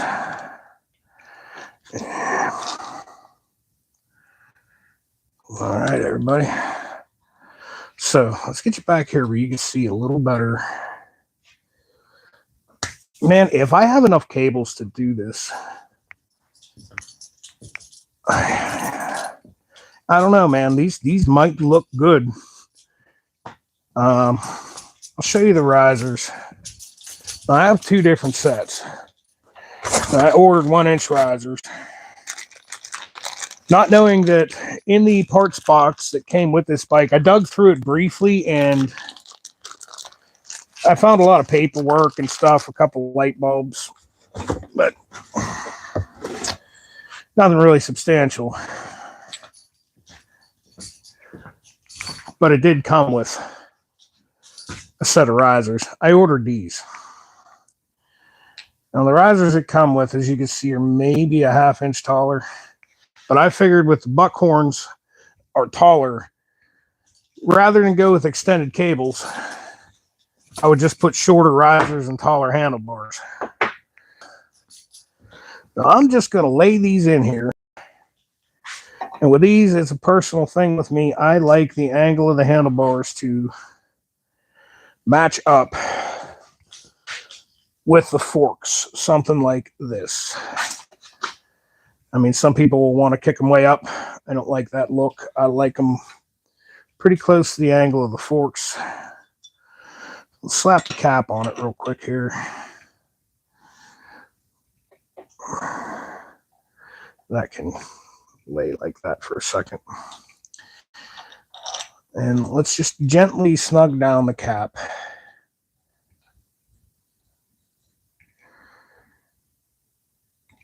And see, is it going to look good? Am I going to have enough cable? You know, like, because for real, we just might leave these risers if we have enough cable. If we don't have enough cable, then is what it is. We're going to use the shorter risers because, once again, this is a budget-based channel and a budget-based project. So it kind of is what it is, a little bit on that. Before we go the route of ordering extended cables and everything else, we'll just have our handlebars a little bit lower and we'll learn to love it. You know, and then we'll search eBay and maybe we could find a cheap set of them and maybe we could change it out later because we'll have all the parts to do so. Okay, get that angle right.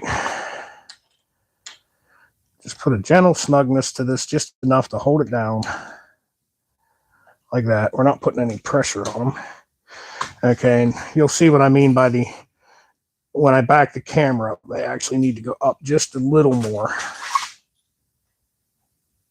About like that. And they're crooked. This is not how it's going to stay, but this angle here, I like that to be the same as the forks, which that's going to change later on because we're going to drop the rear end. We're going to put more rake to those forks, so that angle is going to change. But let's see what we got right now. Kind of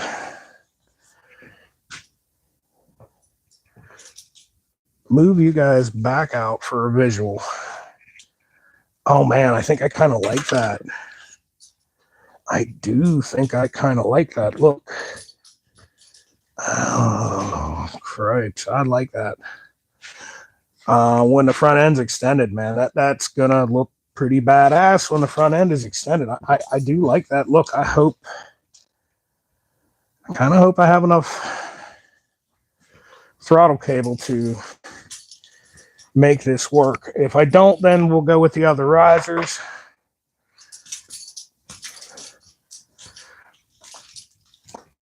How does that feel? Yep, that's your Sportster sit up and beg. A 1960s Sportster.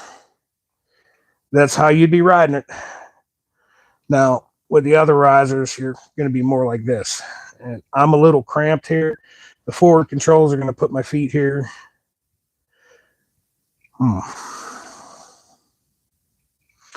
Have to think. I mean, like, if these didn't have a 45 and they stuck straight up and put them out more like that, and I would definitely want taller risers.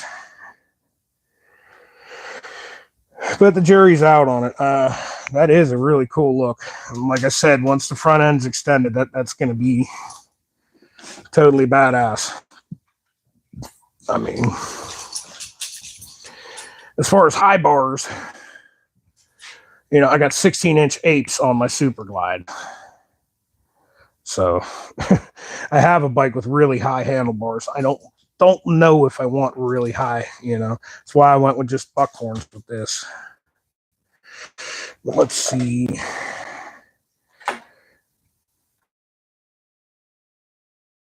Yeah, not really. I'm not going to have enough clutch cable for sure. I will need an extended clutch cable to make that work. Yeah, that answers my question. How are we looking on the throttle cable end of it?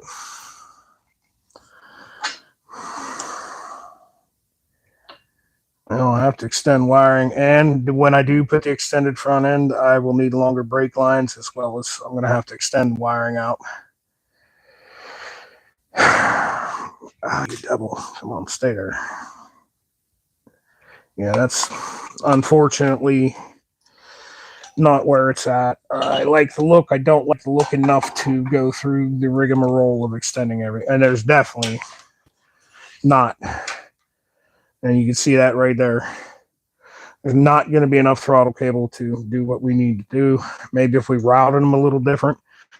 But we're going to be knocking about 3 inches out of here. And as you can see, that's, you need about an inch difference for the throttle cable. Same for the clutch cable. So sadly, unless I want to go the route of buying extended cables, changing all that, extending wiring, plus I don't like the 45 kickback, these risers they're not going to do what I want them to do. So they're going to go. I think they're going to go, guys. No, I don't think we need to cover the front fender, but we are going to cover the gas tank so we don't scratch it. So let's pull these back off, and we're going to change the risers real quick here.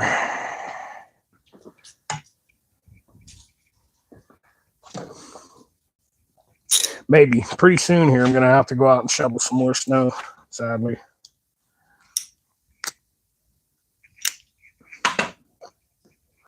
Because it ain't letting up.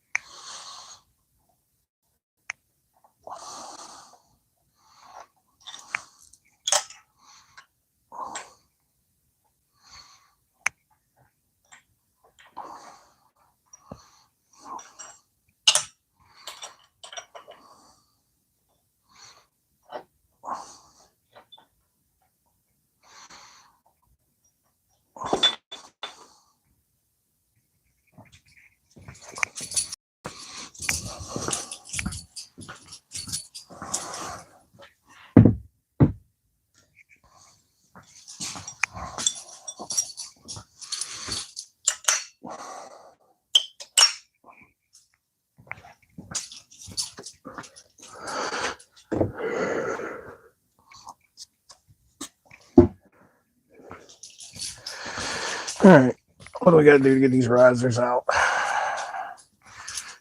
Yo, we got a big old hunk of boy, oh boy. And you know what? I hope I have the proper hardware to use them. We might be dead in the water in a little bit here. We just might be. That might not be the proper hardware to use those risers. I may have to get back on the JMP cycles and maybe get some different hardware. 16, so let's see, more like a 5/8.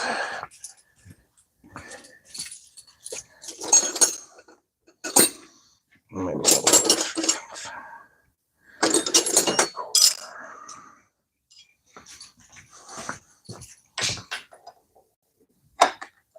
3/4. Hopefully we didn't He-Man these on too bad. Okay. We didn't. But in order to make our life easier, because that's going to want to spin, what we'll do, put a riser cap back on with the old handlebars, and that will hold everything steady so that I can more easily get that loose, and we don't have to tighten this down all kind of crazy, but we need the bolts started to do what we're going to attempt to accomplish here, and that's take a slight shortcut.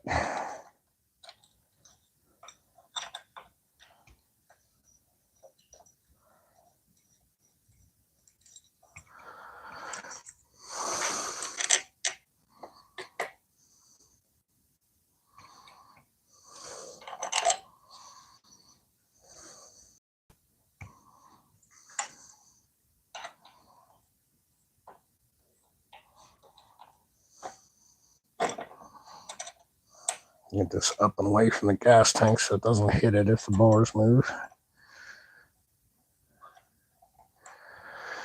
And yeah, like I said, nothing too crazy tight. We're just gonna put a little snuggle lug on them and get them to where we want them.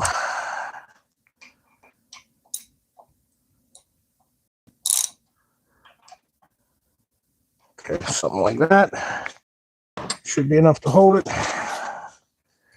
And where did I put my 1/4-inch wrench?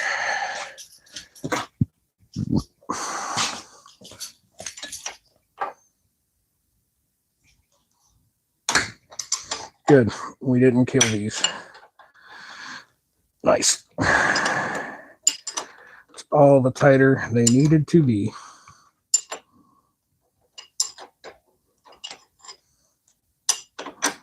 Well, I got a 3/4 ratchet wrench. By the time I find it, I could have had it off.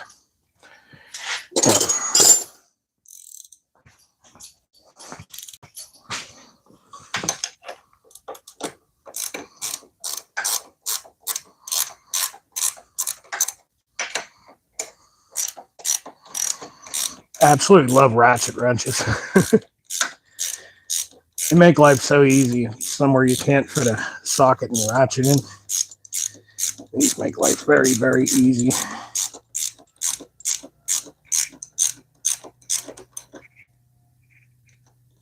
And it's a good sign. I just heard a plow truck fight its way up my alley. They're finally starting to plow my road. Maybe I can get out of here today after all.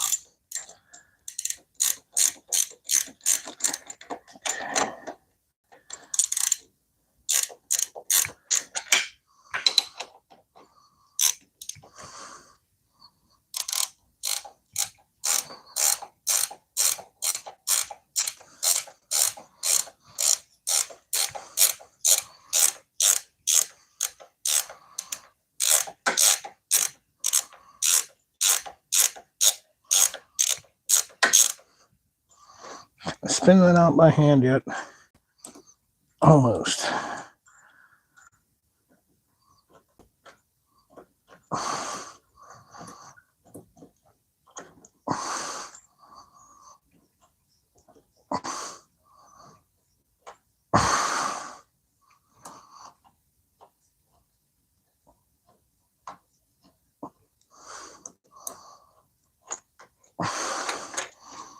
Okay.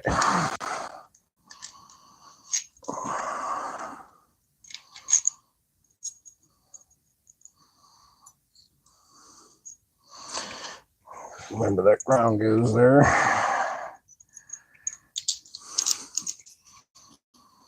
Cup on that side. Let's go over there and get out of the tin the hardware for the new ones. I think it came with different sized hardware. I think it will work. I hope it will, but as I said, we're Not going to be riding this bike anytime soon because, well, we're getting 2 inches of snow an hour up here in Pennsylvania. So if we have to wait a couple weeks or a week for the proper hardware to come in, if my local hardware store doesn't have it, the end of the world, we'll keep our feet moving forward and go on the next project that we're going to do to this machine. And I think the next thing, once these bars are mounted up, we are going to remove that Harley Davidson sissy bar that is not an aftermarket, that actually came with the bike, and I don't like it. Nothing wrong with it, I just don't like it. So, okay, there we go. Extra set of bars and risers, which I'm looking at my dyno right now. I've got 16-inch ape hangers on it, on top of 1.5-inch risers. I would like to change it to buckhorns because they're much more comfortable. Buckhorns with tall risers like this, and I will not have to buy shorter cables.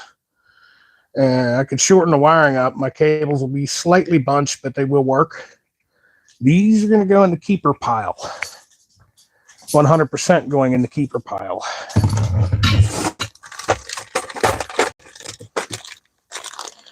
Okay. Let's see here.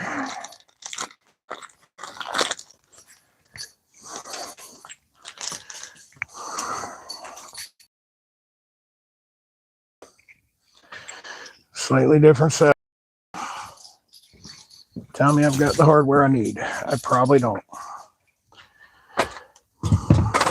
I don't. Bugger. Son of a basket. All right, well, these guys will work. We can do that and keep our feet moving forward on the project. And that's what we're going to do. It's kind of what I wanted anyway. These risers are black. They're going to go better with the all flat black motif. And as you can see, I'll show you the difference in the setup. These aftermarket risers require a nut down here and a bolt up through the bottom. They are threaded the same for those, but I'll have to go buy a nut to drop down inside here, and we're snowed in. These risers here are, as you can see, maybe a 1/2 inch, if that longer. They're threaded on the bottom, so they can go right here and use the factory Harley Davidson nut. And I think that's how we're going to do it. And it's ultimately going to go better with the whole flat black theme of the bike. So we will reuse these risers, and I feel like we're going to use these as well as we're going to use the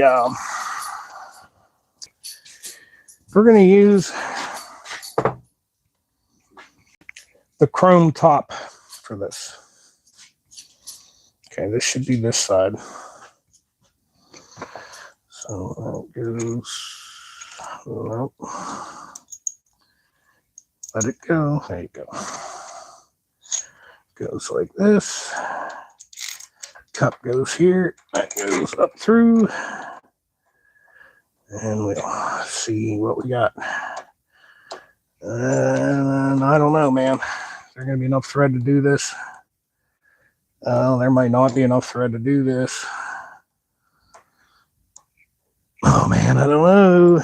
Yeah, they'll work. Okay. They'll work. We're going to do this the same exact way as we did the other side. We're going to put the bolts up through the cups. Just going to slap the old handlebars, screw them down finger tight. And then we will use those as leverage to hold our risers in place.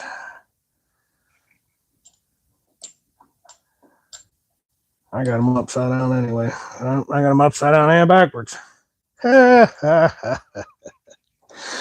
Okay. Hey, look, everybody makes a mistake once in a while, right? You're allowed one a day. Okay. You here. You here. Yeah, you see this goes up top and that curled edge. So this one is for this side.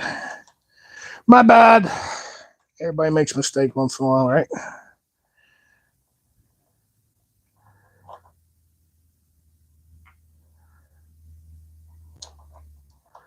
Yeah, that's how that goes. Right. Yeah, the speedometer bolts are wider. Let's look at the other riser clamp and make sure I'm doing it right.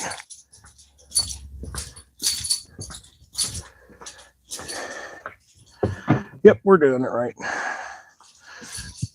The wider one goes to the outside.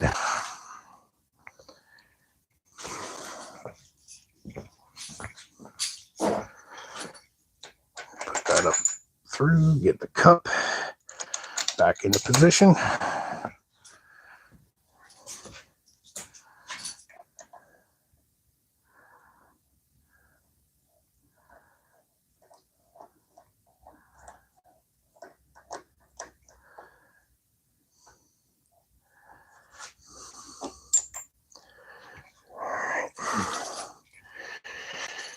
And we're going to need our cap and the old pair of bars. How long have we been live for? So I think I need to cut it at about 2 hours, 17 minutes. I'm going to have to cut the live soon-ish because the battery will die on my phone. When that happens, the live is just going to cut whether I want it to or not. So you guys got me for a little while longer here. And then I will go inside, take a lunch break, come back out, do some shoveling. Unless Mrs. Phoenix Motorsports has a project around the house once done. After we take our lunch break, we might come back down and finish this up.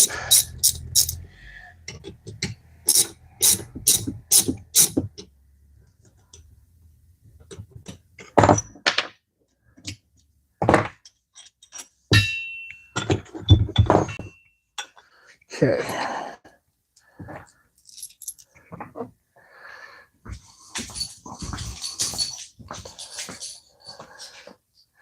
Now, the reason I'm using these bars, just to get this mounted straight and properly.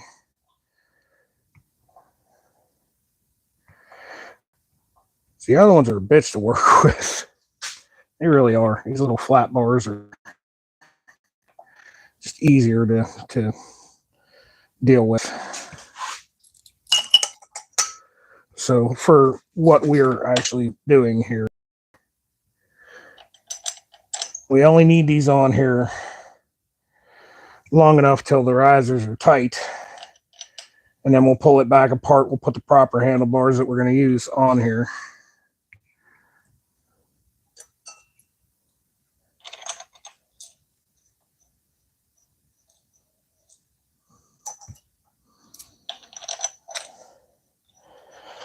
And this is just a way to ensure that our risers are straight, because we're clamping a straight piece of handlebar into it, and these are just not as large and funky in shape, so it'll be easier in the long run just to, rather than try to handle them big ass buckhorns that are going to be hitting the tank. They're going to want to flop over until you get this tight. I'm just going to do this. And it's like putting IKEA furniture together. You want this snug and only snug.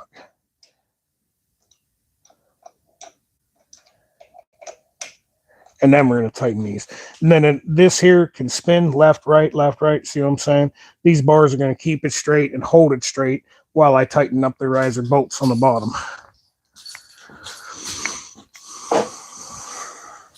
If I was going to go with like a stunt bike type thing, I'm too old and fat for that kind of behavior. But like if I wanted to do like a stunt bike thing, like go all out and put a 1275 kit, make this thing scream, that'd definitely be the way to go with them. And I honestly thought, like, I dig flat track replica bikes.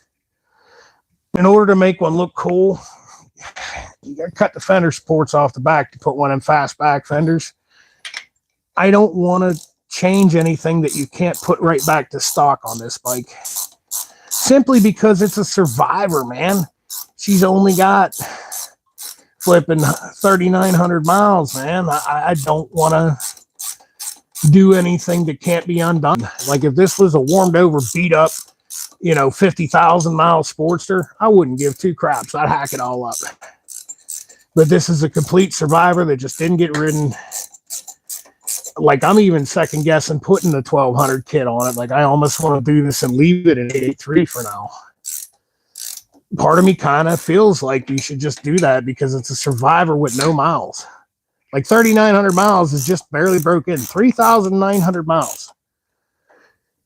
The guy said that's what it had on it, and I looked at the odometer. No, dude, that's 39,000. Well, I looked at it closer when I got home. Like I didn't care. I was buying it either way. When I got it home, I looked at it closer. No shit.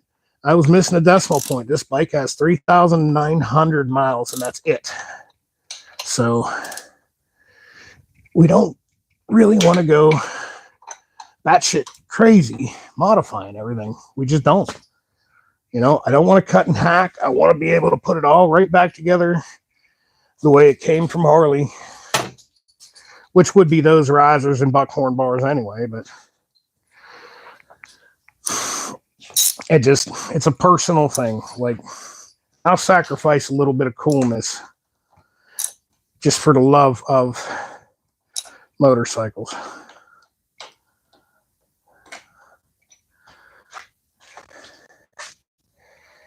Like me, you're not sacrificing much by not cutting the frame. And that's one of my biggest pet peeves in the Metro. I love them cafe racers because they're super cheap and easy to build. But dude, they hack up some classic metric bikes and it drives me insane. Like if you start with a bike that's kind of a piece of crap to begin with, right on, dude, hack it up, have fun. But if you take a CB900C with a 10-speed transmission and it's pristine and you start chopping the frame, in the back so that you can put your fast back and you glue all kinds of tackiness on it, it looks like shit, call it a cafe racer, I'm going to fight you. Don't do that to a bike like that, man. One that you found in the weeds and got running and it's all rusty and looks like crap, by all means, have at it. Modify it to your heart's desire. You feel me? I don't know. Maybe I'm just weird, but it's just a personal thing with me. Do not do crap like that to nice metric bikes. Beat up ones that ain't been seeing no love. Yeah, hack them up, dude. Have fun.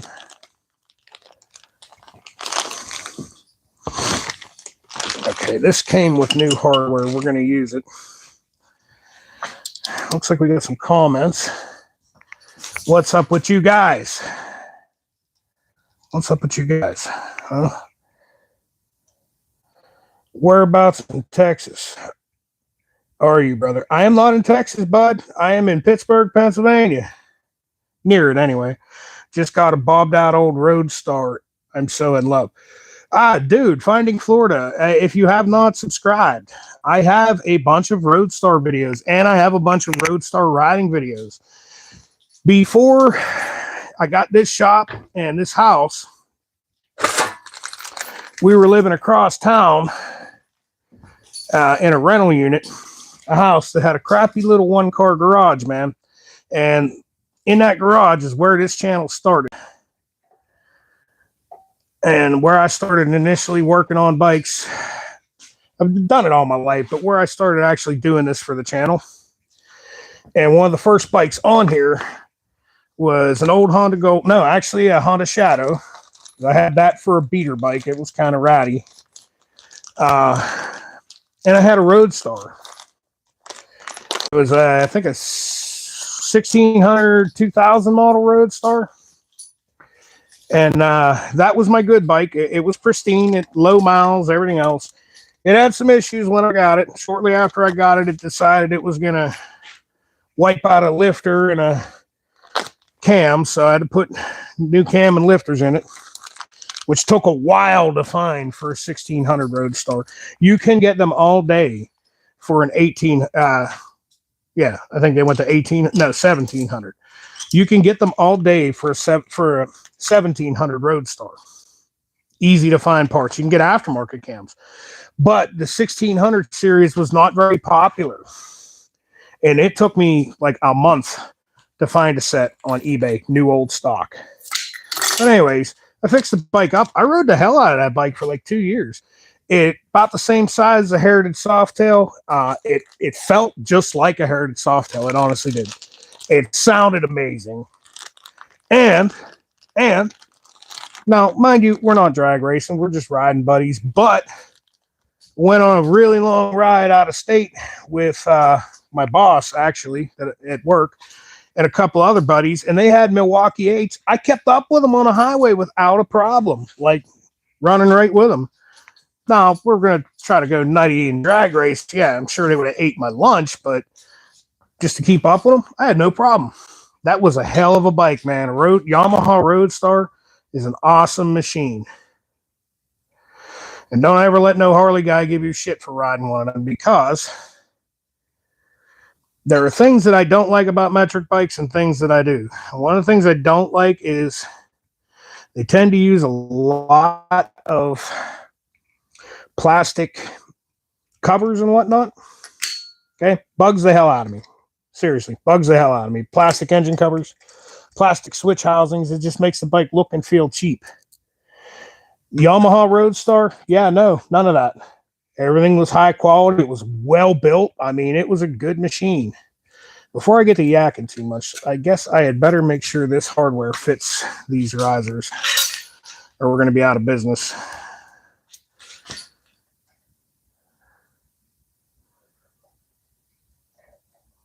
Okay, it's the right size. Yeah, dude, I love me some Yamaha Roadstar, especially the 2003 and up 1700cc variant of it.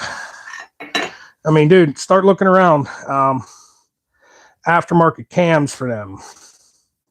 You could slide a Mikuni HSR 42 carburetor right on one of them and improve your bike greatly. How about the carburetor that's on your Yamaha Roadstar? And this is coming from a motorcycle mechanic.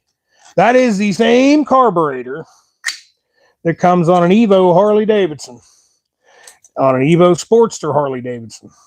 It is a Mikuni 40 millimeter CV carburetor. The exact same thing Harley Davidson uses.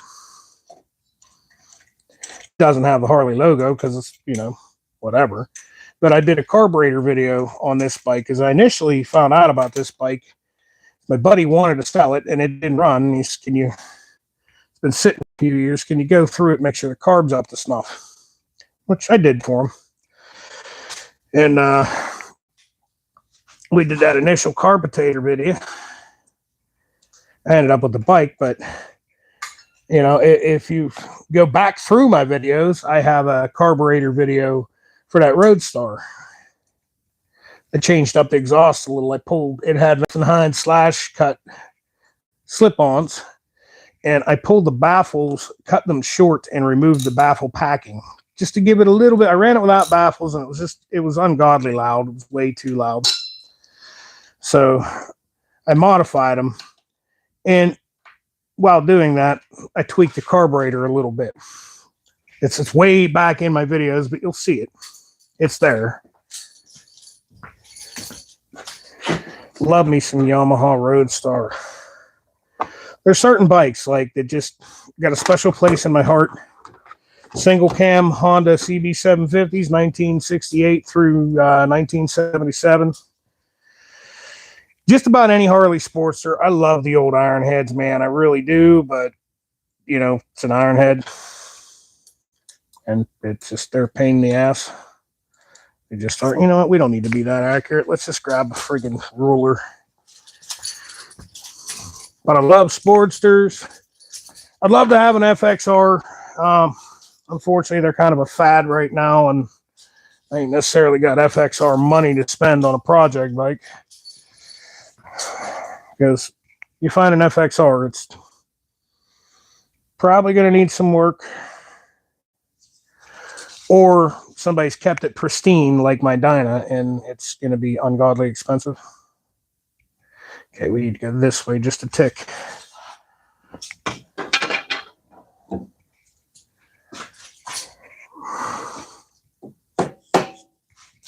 It's probably where are we at? 3.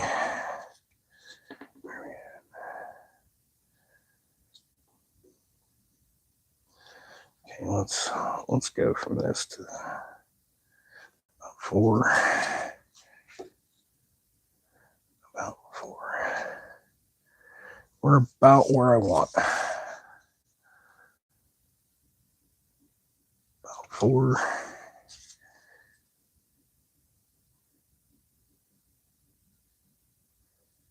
Might even be a tick too far this way. Okay. The bend rate at about 3.5.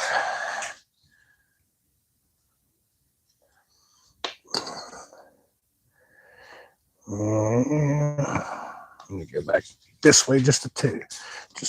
Let's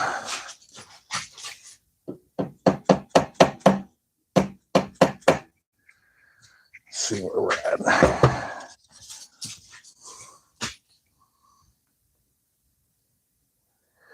About 3.5. About 3.5. That's about as close as I'm going to be able to get that. And if it's off a little, you're honestly not going to notice it. So let's go ahead and get the speedometer mounted back up onto her.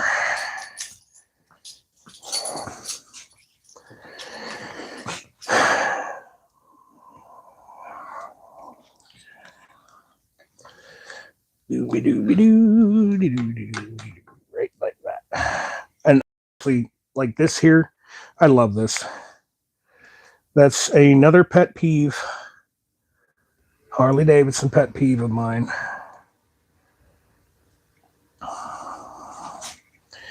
When they put the speedometer down inside the gas tank, you know what, son of a basket.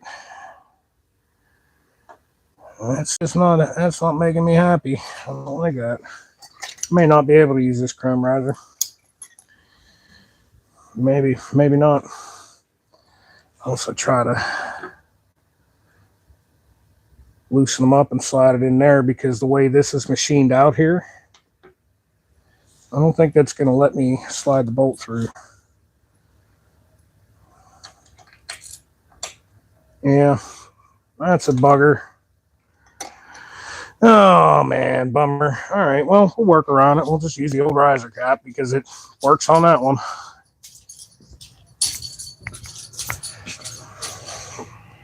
What I plan to do is just to, you see, that's a little bunged up. It's not bad, but it's not great. It's just old. So what we do, let's see here real quick. Just do this quickly.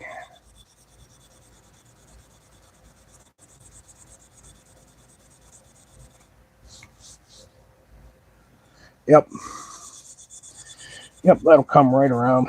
Okay, we can do that when it's on the bike too.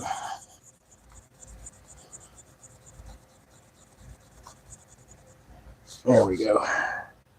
Yeah, see, we'll just, once it's on the bike, we can do that when we're washing it and polishing it when it's done. This will polish right up and it'll look good. It'll fit the motif. Flat black and just a little bit of brightness right there. Yeah, this is just a little tiny bit different, and that is just enough that the goddamn factory speedometer bracket is not going to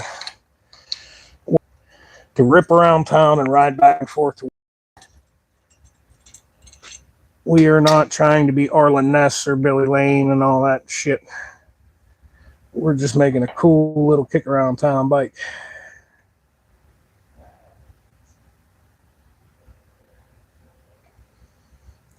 Right up there.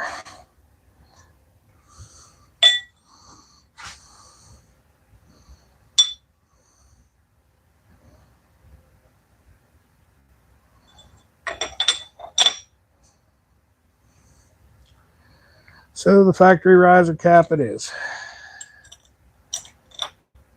Handlebar clamp, riser cap, whatever you want to call it. That's what it is.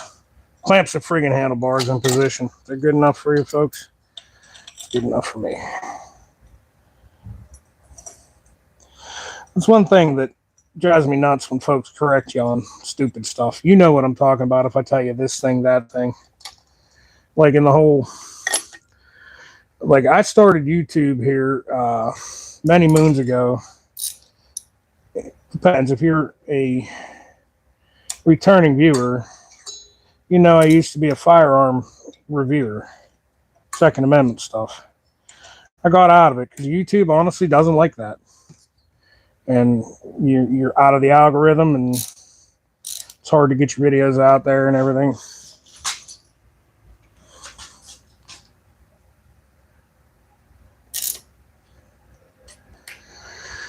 And so we went into my other passion in life, and that's motorcycles, obviously. Yeah, that's gonna work pretty good. You know what? Let's do a little more kick forward. I think it'll look cool, right? Like that. And I got back into the motorcycle thing, decided to start making videos again.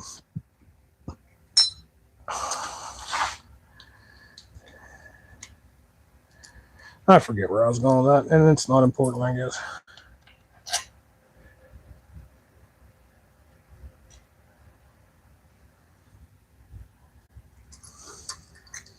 Yes, see, I like that. That's looking better already. When that sissy bar is gone and that front end's kicked up, and we got one of them.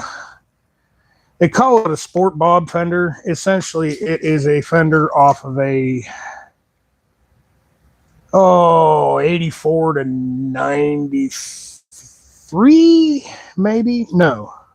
Excuse me, no. 93 to 97 Dyna Wide Glide. It's what it is. It's a friggin' Chinese whatever remake of that particular fender. And they look great. They have that little ducktail kind of swoop that came on the old Softails. They honestly look great on these bikes, and I think we're going to go with that instead of cutting up the front fender, because let's be honest, this isn't a machine shop. I'm not friggin' Jesse James. I'm not Paul Tuttle. If I cut it, it's going to look like shit. It is, okay? So we're going to order a shorty front fender, which is basically the same thing as if I would cut this one down. It's going to be the same look. And we're going to go with that Sport Bob rear fender. Essentially, I'm going to spend about $300 so that it looks nice. Could I do it here for free? Yeah, and it won't look nice, I promise you. I'm not that good with that shit. Will not look as nice if I do it. Right on. We're in Lake Flynn. Take a step back, see what it looks like. I got a little more forward kick on the bars. That's kind of what I wanted. Yeah, I can visualize what she's going to look like once everything's said and done. What do we got? We got more comments on here. What's up, Road King? 99 Roadstar. Yeah, badass. Bought a 2026 FX lower. Yeah, dude. Dude. Those are pretty badass, man. That's the one. Wait a minute. No, FXLX. That's your Street Glide, right? Right. I'm thinking the FXDL. Is it? No, FXDS. I like the new, what they replaced the Dyna with, the Softail that has the front end on it that looks like a FXR police front end. You know what I'm talking about? I'm sure you know what I'm talking about. I'm probably calling it the wrong letters, but I dig that bike, man. That is a bad looking mother. Let me tell you, I like that machine. Really do. I don't like all the electronics. As you can tell, I'm a vintage bike guy, but certain vintage. AMF stuff's out of the question. I don't know that much about it. They're getting expensive. Ironhead Sportsters are selling cheaper. Maybe by the end of summer, you'll see me mess with an Ironhead Sportster. I doubt it, but maybe. But in the Evo era, dude, they run like Hondas. You just don't have to do nothing to them, and they just keep ticking and doing what they're supposed to do. You know, as long as you maintain them. So naturally, I'm an Evo guy. Okay, we got the front part of these clamped a little too tight, and the back part's not clamped tight enough. I'm looking at that, and that kind of bugs me, so let's fix that right now.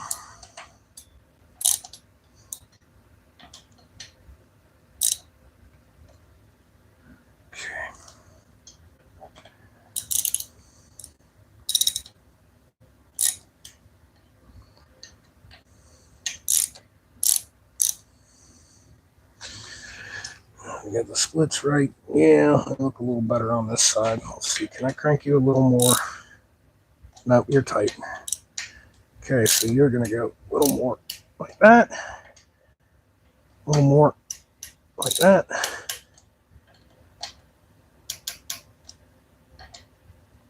Now notice, folks, that's all the more I'm using.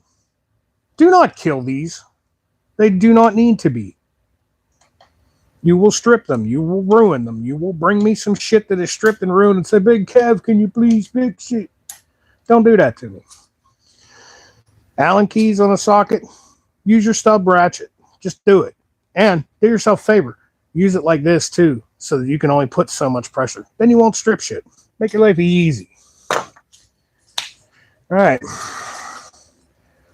So the shitty part is we didn't use the Wyatt Gatling riser, but hey man, maybe we'll use it on my Dyna.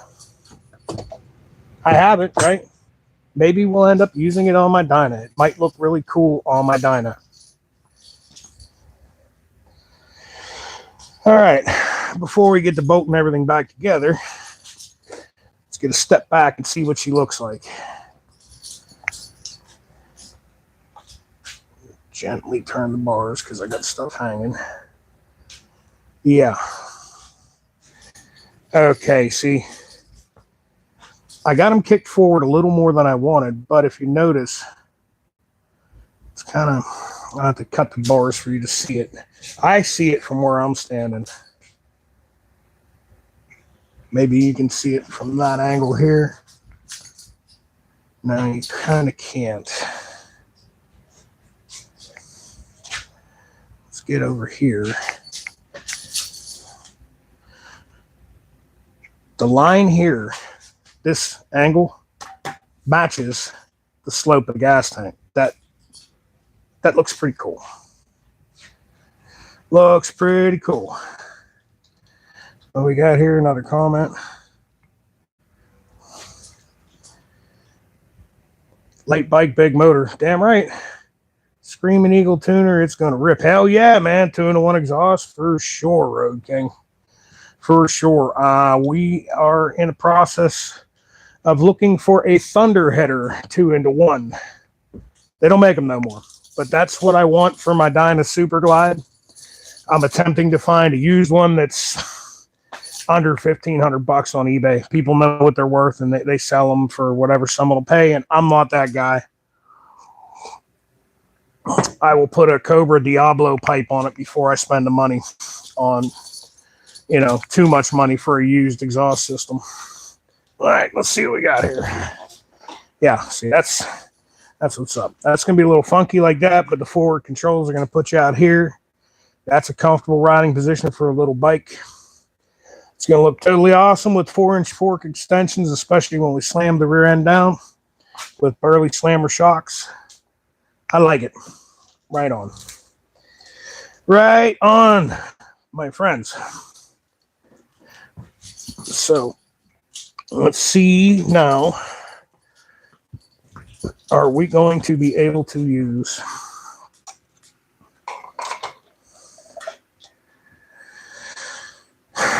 the throttle? Yep, I think we've got just enough cable. Yep. It's going to be cutting it close. I may have to reroute the throttle cables and run them outside of the forks here. I don't like doing that, but that will give me enough reach. But it's either that or the throttle's going to have to go in here. But if I run the throttles outside of the forks, I will have just enough throttle cable. And we have ample wiring. Good deal. This bike should have come with handlebars like this. So the throttle and clutch cable should work just fine on this.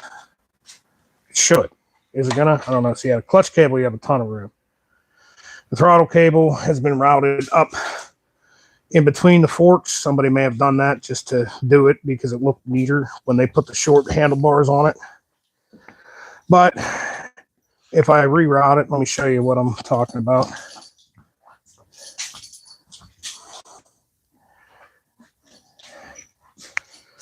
If I take it over here, where you guys can see, okay, I'll take the throttle cables and reroute them out from under this switch housing, which they've been zip tied down, which actually looks like the factory. Even if I leave them there and take them out from around here and straight to the throttle up this way instead of up through here, because as you can see, that walks them forward another couple inches. I'm going to need maybe another ½ inch to an inch. So if I take these out of here and go straight up to the handlebars, that'll do precisely what I need it to do. And on that note, folks, I'm calling it lunch. I've had enough. I am going to go make some lunch, unless the missus hasn't made already, and finish shoveling, well, the next round of snow shoveling, because let's see where we're at with that. Because like I said in the beginning of this, we're snowed in. I really can't leave the city. It's Sunday. I was supposed to take an extra shift for overtime today, and I can't get out of here. All right, what do we got? Oh, crow. Yeah, that wall is like 4 feet high. And look at that. That was shoveled down low. We've been live for 2 hours, 48 minutes. That's in 2 hours, 48 minutes. That was shoveled down to the ground. We're getting 2 inches an hour. And as you can see, they're not plowing my street. The borough manager pretty much said, it's like this. We got 2 trucks. We got 4 guys. We're going to keep the 2 main roads open on the side streets. When it stops snowing, we'll plow them. It is what it is. It's Sunday. They're not worried about it. They'll have it clear for Monday. So unfortunately, my coworkers are all going to have to work extra hours because I'm not there to help. And I really greatly apologize. But guys, I can't get out of here. That was shoveled down. The road itself, the top road, has got maybe 8 inches of snow, and I drive a Kia, not a snowcat, so I'm stuck here. But yeah, it's time to go have some lunch and chill out with the missus, see what she's up to. I think she has some projects she wants me to do. If you've been watching my videos, you can see I've gotten just a little more portly in the last year or so. Went through a lot last winter. Mrs. Phoenix Motorsports actually beat cancer last year, but we had a lot of doctor's appointments and, you know, a lot of stuff that I had to do. I had to take her to doctor's appointments, a lot of stress. And I still made videos, but if you notice, last winter there were not as many videos. I was helping her and dealing with her. She's healthy as a horse now, but, you know, I slacked off on the working out. I'm old, I'm fat, but I have an exercise machine and an exercise bike. And I, you know, was forcing myself to take a ½ hour to an hour a day and do a little bit of exercise. And since I quit doing that, I'm now wearing suspenders because the belly got fatter.